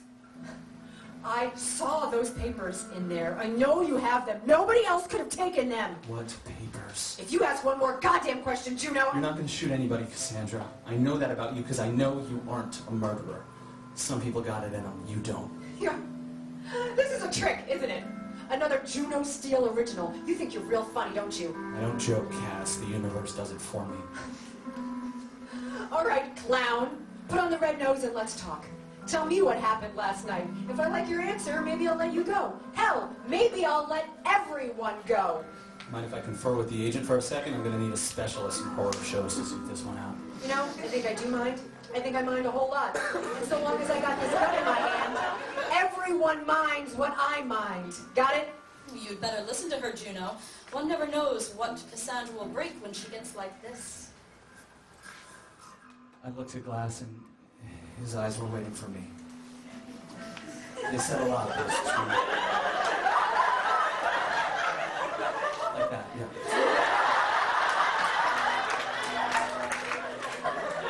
They said a lot, those two dark eyes. Was I sure they wanted to know? And who could blame them? I wanted to know too. But this was the way it had to go, and he saw that in me, and he nodded. Effortlessly, like trusting me was the easiest thing in the world. I wish I had that much faith in me. It feels like you could fix the whole damn galaxy with somebody looking at you that way. You two would stop batting eyelashes anytime soon. I'm ready for your story, Steele. Tell it. All right, Cass, if you say so. Those papers. They're what you were looking for in here earlier, aren't they? Something you must have dropped in here last night, like a schedule for the next season of Kanagawa programs. So what if it was? That doesn't prove anything. Never said it did. Only you seemed pretty upset with creases when I saw you this morning. You eased up eventually, but first you seemed pretty burned. He cheated me, sure. But he cheated everyone. And hey, genius, I wasn't here last night, remember? You were. Cecil told us about your switcheroo. He has some video evidence to that effect, too. Oh, come on. You don't believe that little snake, do you? In the House of Kanagawas, I don't believe anyone, Cass. If you didn't have that footage, you'd be in handcuffs right now. I thought you said I wasn't a killer, Juno. Was that just another trick? Cassandra was shaking now. With rage or regret or some other feeling I didn't want on the trigger. I didn't like doing this to her, but I needed to. With her vision shaking so much she couldn't see Rex sneaking out up to her periphery, and then closer and closer, inch by inch. Answer me, damn it! I know you aren't a killer, Cass. You threatened every single person in this room with that gun by now, but you haven't even gotten close to firing it. I'll show you who's not close! Rex, now! Ah! No! Get off of me! Load the gun! Got it. Ah! I should have known! You tricked me! God damn it, you're just like him! You cheat everyone, don't you? I didn't lie. I don't think you're a killer. I think it was a mistake. A mistake? Does it count as a mistake if you don't regret it? Now, Cassandra, you don't mean that. For once, I'm going to agree with her, Cass. I don't think you do mean it. Now, you want to tell me what happened? I told you. He lied to me. I saw it. He promised he'd give it to me, and then... Your show, you mean. You gave the slot to Cecil. Yeah, my show. What the hell else? The moron left a schedule for next season on my set. And there it was. From the jaws of death, a Cecil Kanagawa joined. That cheat. I knew I'd never be able to have a conversation with him in daylight with all those cameras around. So I had to wait. Then I heard him bumming around with his tombstone collection in the middle of the night. And I had a talk with him. And you killed him. Killed him for a silly little show. Cassandra, I can't Shut up, Min. Then what? I had the schedule on me. I brought it in here and I waved it around in his face, asked him what the hell his promises were worth, but he didn't care. He just kept shouting about that goddamn case of his with the goddamn defective locks and What? how'd you open it without me? What were you trying to do with my mask? And that was just like him, wasn't Cassandra, it? stop. Hang on for a second. Crying about his stupid toys when he cheated me? He cheated me out of my life and I just got so mad. I didn't know. I didn't know the case was open behind him. I didn't look, but honestly, I'm not sure I cared. I don't know. I guess it doesn't matter anymore. So I pushed him. He fell into the case. I watched the mask close around his face, and then it ripped him apart. And all this creepy stuff. The message on the wall, I didn't do it, you know. I mean, I don't think I did, but I didn't mean to push him either. Not really. And now every time I close my eyes, all I see is that mask ripping him apart. Cass,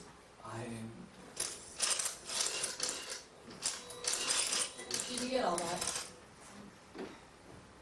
Got it all on tape, Mrs. Kanagawa. Good. Gentlemen, I think it's time to take my daughter away now. Juno? What did I do? You can't blame a puppet for moving when the strings get pulled, Cass. The only question is how many of us in here are strung. Well, a patriarch gone, a daughter behind bars. This is a very sad day for the Kanagawa family.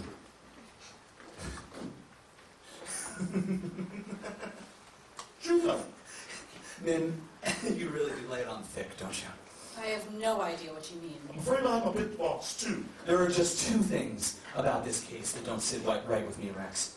That schedule, that's the first one. Where the hell did it go?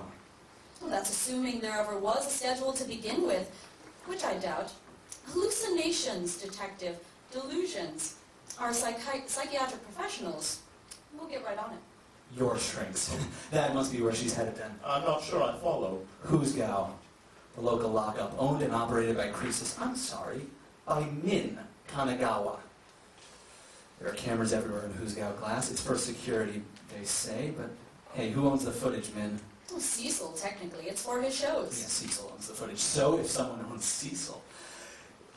It's funny about that contract. Funny how a piece of paper with Croesus' signature on it goes missing. And It must be hard for you men, but taking the long view of it, you're doing all right, aren't you? Croesus has been leaking your profits for years. You were going to be down Cecil's Blockbuster and up Cassandra's Dud, but now you've got a special on the starlet who killed our father. You've got a show about her rotting away in jail, and you still have her brother to milk for all he's got. That sound about right, Min? Theoretically, I mean. Theoretically. If only you had the evidence to prove it. I almost had you figured out. I was this close, but you probably knew that already, Min. After all, you've been steering us around this place ever since we got here. Silly. I haven't even seen you until 10 minutes ago. You didn't need to. You know exactly how to lead me around. Hey, Glass, you know what the surest way to get Juno Steele to come over to your place? An invitation? A death threat. So you must have painted that one on the wall there. You knew I'd head straight for the crime scene. You knew I'd head straight for Cecil. You knew I'd beat him. You sound very angry, Juno. But I would ask yourself one simple question. If all of your reasoning is true, which, again, you cannot prove, and you really are as predictable as you say, who precisely should you be angry with? I thought as much. The door is behind you, gentlemen. I'm taking the mask to the PI registry, man. If there's one hair, one clue that puts you here. No, there won't be, but you two strapping men are free to spend your evening as you please. Just know that, well, if you do decide to undergo that investigation, I'd recommend you stay clear of dark alleyways for a while. Some members of the Kanagawa family don't take well to those who hurt their own. Then I'd watch your back if I was you, man. You're not going to keep getting away with this forever. Tell yourself whatever you'd like. Goodbye now.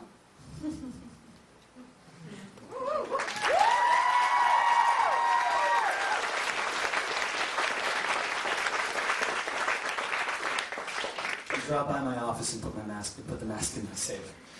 The PI registry was closed for the night, but that wouldn't have been enough to keep me away. If Rex hadn't said something. It's so cold, Juno. I hate to wait out here all night until the registry opens. You wouldn't want to show me someplace warmer, would you? Take a look around, Rex. Everything in this district is closed this time of night. I didn't mean a restaurant. Oh. So, I brought him back to my place. All's well that ends well, ain't you, know? Admittedly, we'll need to broaden our definition of well, but... You aren't going to be silent all evening, are you? Your overbearing misanthropy may be part of your charm, but this is a bit much. I'm not really in the mood to celebrate, Glass. Oh, come now, you aren't going to spend my last evening on Mars sobbing into your drink, are you? Never been much of a sobber. I'm more of the catch your reflection at the bottom of the glass and feel sick kind of a guy. Juno, you've done nothing wrong, you know. She did still kill her father. It's true. It's over. We all survived, if you don't count my poor hand. My wound still throbs when it rains, you brute.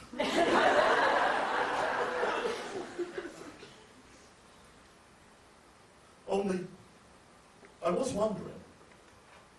In Kanagawa's office, you said that there were two things bothering you, but you only mentioned one. What was the other? Refill?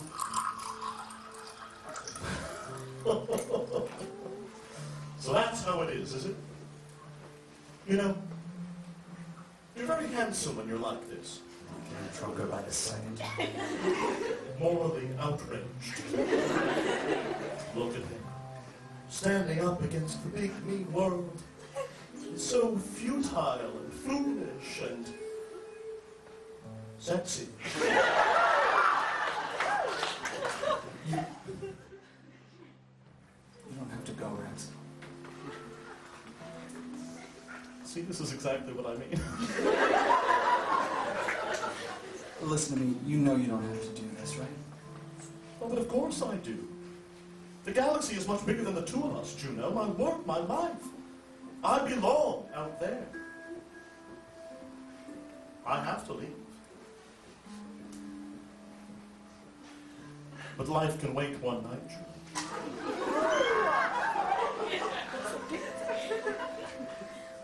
Come here.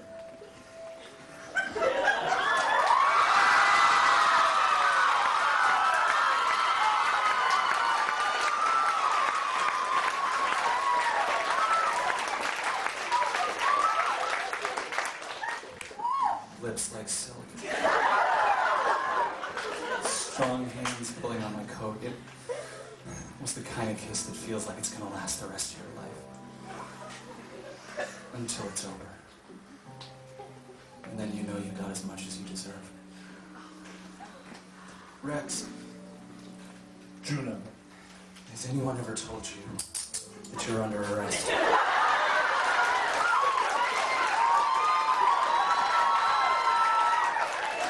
Oh, Juno, usually not until the second day. I mean the Glass, or whoever the hell you are. I take it from your tone that this is not another layer to the fantasy. Fine, I'll play along. Under arrest for what? The attempted theft of the mask of Grimpatheuthis. I haven't the first idea what And you're for talking stealing about. my keys to my safe straight out of my pocket.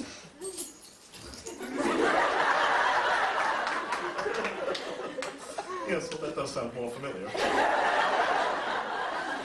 You want to know what the second thing bothering me was? It was the mask case. According to Cassandra, it was open before she ever got there, and you had just the tool to open it. Hidden glass syringes tucked underneath the Kamigawa's doorknobs. That's why you kept insisting on opening the doors. I saw you pull one from the door in the mass room when I was talking to Cassandra. I started getting worried about it when you pretended not to know what it was, so I took it from your pocket when you sent me in after your plasma cutter. Oh, I knew I'd regret letting you root around in there, but I couldn't resist. Then I took a picture of the thing and asked Rita to look into it for me. They're smart, too. Small enough to leave a pinprick and take just a drop of blood without anyone noticing. Perfect way to collect DNA samples and to open the mask's case.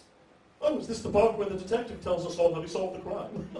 Go ahead, Juno. I'm enjoying myself immensely. Cassandra said it was open before she ever got there. That's how I knew for sure, but you didn't take the mask then, which means you must have been interrupted. You opened the case, and right then, Croesus came along. I had to make good my escape, and quickly. The security is so tight in that mansion, so many cameras.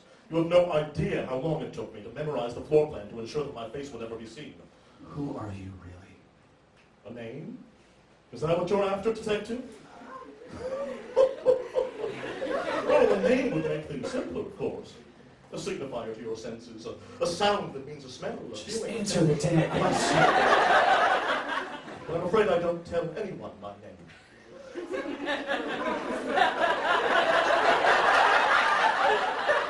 It takes someone very special for me to tell it now. I knew it was you, but I thought you... So is Sasha in on it too, then? You two working together? Who? Oh, you mean Dark Matters? No, Juno, they told you the truth. The truth, as they knew it, at least. You Now, got do answer to the name Rex Glass for the moment. You got into dark matters on your own. No. It pays to have powerful friends, Juno, when one makes powerful enemies. You've demonstrated as much with the Kanigawas. Allow me to shift the focus of our conversation, will you? You've got about 2 minutes before the cops get here, so you can say whatever you want until then. Hyperion City isn't the safest place for you at the moment, is it? From the sound of things, the Kanigawas are very upset with you. Sounds to me like you need to disappear. And I happen to be an expert in disappearances. We'll see how much of an expert you are after this one. Be so simple. You can leave Hyperion City behind. I'll leave my powerful friends behind. And sell the mask and live a life of thrills and decadence across the galaxy, always running, never looking back. We could have quite a time together, Juno. Who knows what kind of trouble we could cause. Officers? Steele? Isn't not surprised to see you spending the night with a treasure thief. Yeah, I can't have a Corey. Just be careful with this one, all right? He's slippery. It could be quite an adventure. I'm sure it will be. I wish I could come along. I'll be down to the station in a minute. Yeah, you better be. We've been saving a bullet for you. Well then, farewell, Juno. Until we meet again.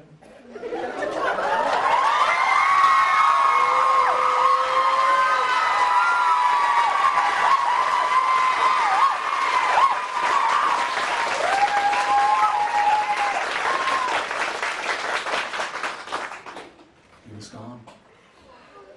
His smell still lingered in the air, that cologne I could never place. Sent from some other planet like nothing I'd ever smelled before.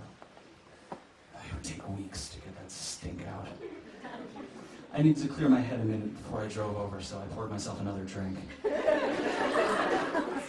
And that's when I saw it. little slip of paper sticking up between the cushions. He must have written it behind his back. I believe he could do anything.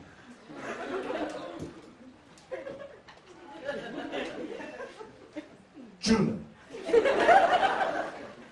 if you wish for one last glimpse of me, watch the public access feed for Route 742. Somewhere around Mercury Drive, I suspect, but no farther than Volcanus Way. Get a good look, detective. It may be your last. I do hope it isn't, though. I meant every word I said, Juno. It will be quite an adventure. I'll be waiting for you to join me. Signed, your better half. Peter Nureyev.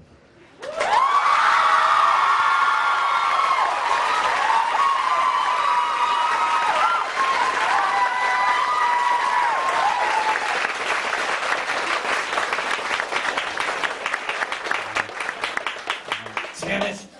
Rita! Mr. Steele, what are you Rita, I need you to get me on a call with Sasha Wire, now. The Doc Matters lady? Just tell her to call me, damn it. Come on, goddammit, Nureyev, where are you? Oh, damn it! It was exactly where he said it would be. Route 742, Mercury Drive. The cop car was parked on the sidewalk. Sitting on the ground beside it, and nothing but their skin and their skivvies were the two cops who picked him up earlier. They were hog-tied, their mouths gagged, and Nureyev was nowhere in sight. I checked my pocket. The key to my safe was gone, too. No! Juno, this line is confidential. If you needed me so badly, you should have had Agent Glass call. Where is he? I wish I knew, Sasha. Come on down sometime and I'll tell you all about it. You'll tell me now, Juno. Juno! That's how things go in Hyperion City. One day she's your daughter, and the next day she's your killer. One minute he's your partner, and the next minute he's gone. I drank until I couldn't think anymore, and then I passed out on the couch. Sasha might have called a few times, but I didn't answer. I couldn't trust her. I couldn't trust anyone just then. But when you get hurt by the big mean world, you lick your wounds, and you start over. The world gets a little bigger, a little meaner, and maybe you do too. In the meantime, sleep. Sleep in the smell of Peter Nureyev in the air. It'd take weeks for that smell to fade. I've missed it ever since.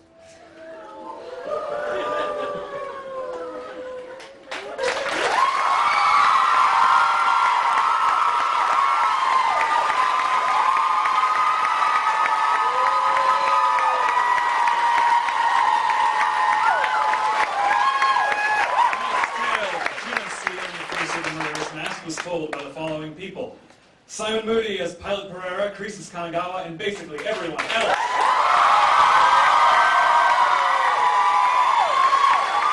Sophie Painter as Sasha Wire. Pat Buckingham as Min Kanagawa.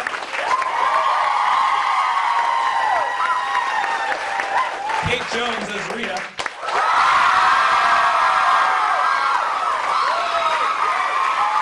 Leslie Drescher as Cassandra and Cecil Kanagawa. Noah Symes as Peter Nureyev. And Joshua Elon as Juno Steele. Our musician was Ryan Vibert. And I am Kevin Vibert. This show is produced by Noah Symes, Sophie Tanner, directed by Sophie Tanner, and written by Quentin Vibert. That's me. We would like to thank Laura Sullivan, John Gibbons, Jeff Bousquet, Rebecca Lerhoff, Jason Mellon, Sarah Gazovich, Bob Mussett, Darren Jones, Allison Choate, Wilhelm Engelbrecht, and Alice Chung for helping put this together today. And we would like to give a very special birthday shout-out from our villainous proctor to her next intended victim. Happy birthday to our own Matthew Zonzinger. That's all for tonight, dear travelers. Thank you. Good night, Rachel. Address soon. Hi, wait, don't go away. I just wanted to say, wait, I need you guys. Please stay. I know this is so self-indulgent, so I'm just going to keep you for 1 second. And I just wanted to say thank you so much to all of you and to my wonderful, wonderful cast and crew and my co-producer, Noah. I have been wanting to do this as a live show for a very long time. Oh, hello, I can't see the people over there, but I love you. I've been wanting to do this as a live show for a really, really long time, and it was a lot of work for a lot of people. And some who never signed up for this in the first place. So I very much consider it a gift, and I am so appreciative that when I said, I want to do a live show, everyone's like, all right. And you did it, you made it happen, and thank you so much, and I wish that I had more to give to all of you, but I love you.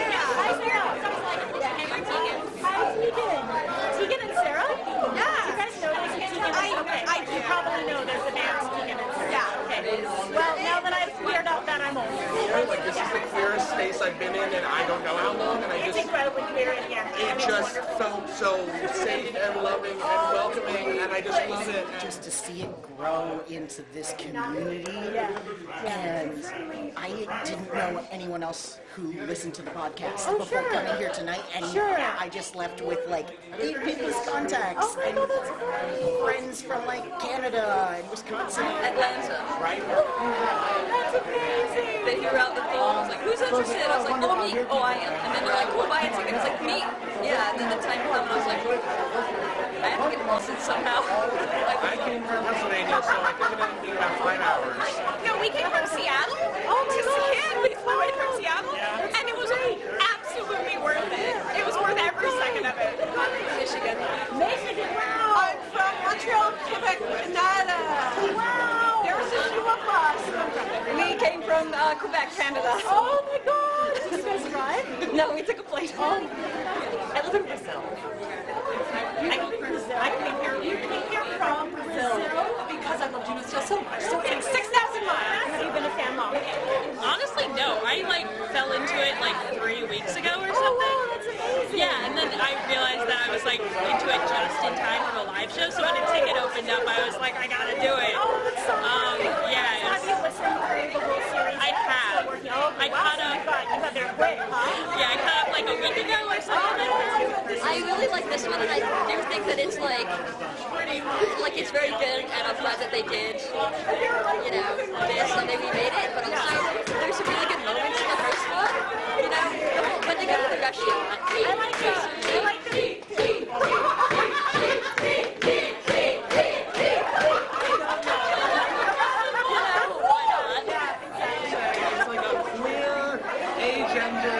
Depressive, alcoholic. You like it. Did you have a favorite part of tonight's show? Well, I mean, obviously the kiss. Yes.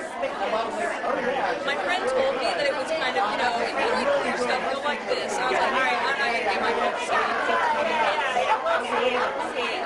But then after listening to it by myself for the first time, are they gonna? Are they? Pilot heels. Pilot heels were pretty fierce, I have to say. I did not know that there would be a thing in tonight's I think the costuming, for sure, that really just, it wrapped it all up in a nice little bow. Josh looks nothing like I thought he would. Yeah. Not even a little bit. He looks like Milo. Well, I'm going to be that person and say the kiss. No, that's fine. You finally get to see it, right? I know. I didn't expect them to go for it like they did. But it met your expectations. It's okay, you can be on. Well, I was sitting like right there, so I didn't get a good enough look at, I mostly saw the back nose. Do you want me to ask them to do it again? Yes! Yes! I really love how in this version they put in all of the little call-outs to the other parts of the song. I loved all of the volunteers from the audience. I know, I love the line like, rawr, rawr, rawr. Like, when it started, in the middle, the end, like, the whole thing, I was smiling the whole time. Cecil Panagola is actually my favorite character. Cecil Panagola is your favorite character! From like a queer perspective, I like that he's a trans guy that's allowed to have a very high voice. He's allowed to be feminine, makeup, all that stuff. Right. Also, he's cute. Kate Jones is my favorite character because in everything she does, she's a character. That's true. But really, I mean, even though in this episode she doesn't get a lot of screen time, so Rita is just amazing. Rita's amazing, and then, Peter and Rand, that ending sort of thing is just, it gets me right there. Is it a cop-out to say Peter Narayan? No, it's not. Like Peter Narayan, that's allowed. I wish there was more Rita, and I love every moment of Rita. Probably Pilot. Pilot career. Nice. What do you enjoy tonight? I was so happy that happened. I was like, oh my god, this is the best surprise ever. I just want to be that unapologetic people. I can't say enough how warm I feel and how important it is to see myself represented. Like, I don't find that anywhere, and just the fact that this is what they're doing, like, Penumbra has a really special place in my heart, and I'm so happy that I got to come tonight and meet everyone. And stories that, like about people who happen to be gay or genderqueer. And that's not the point. Right, and that's not the point. It's not like a very and special they don't episode. die at the end because of it. No, they don't. To be happy or sad or like have lives. Yes, Oh my gosh, yes. we're complex people. Exactly. We're just and just knowing that everyone in the cast and production team is as dedicated and happy about doing it as people are about listening. Yeah. Lends such a good feeling to it. Oh, thank you. Yeah. There are people in our community, and it's just a little bit hard, and sometimes you have to have gaze in space. That is the best line of tonight's interview process. Sometimes you have to have gaze in space. Sometimes to bring people together, you just have to have gaze in space. No, I think that's really true. Noah, we found our ending line. Sometimes you just have to have gaze in space. To bring people together, you just have to have gaze in space. That's it, we're done. I'm wrapping. It's a wrap. Thank you so much for sharing your thoughts with us. This is so great. Yeah. Can I give you a hug? I was going to ask. Oh.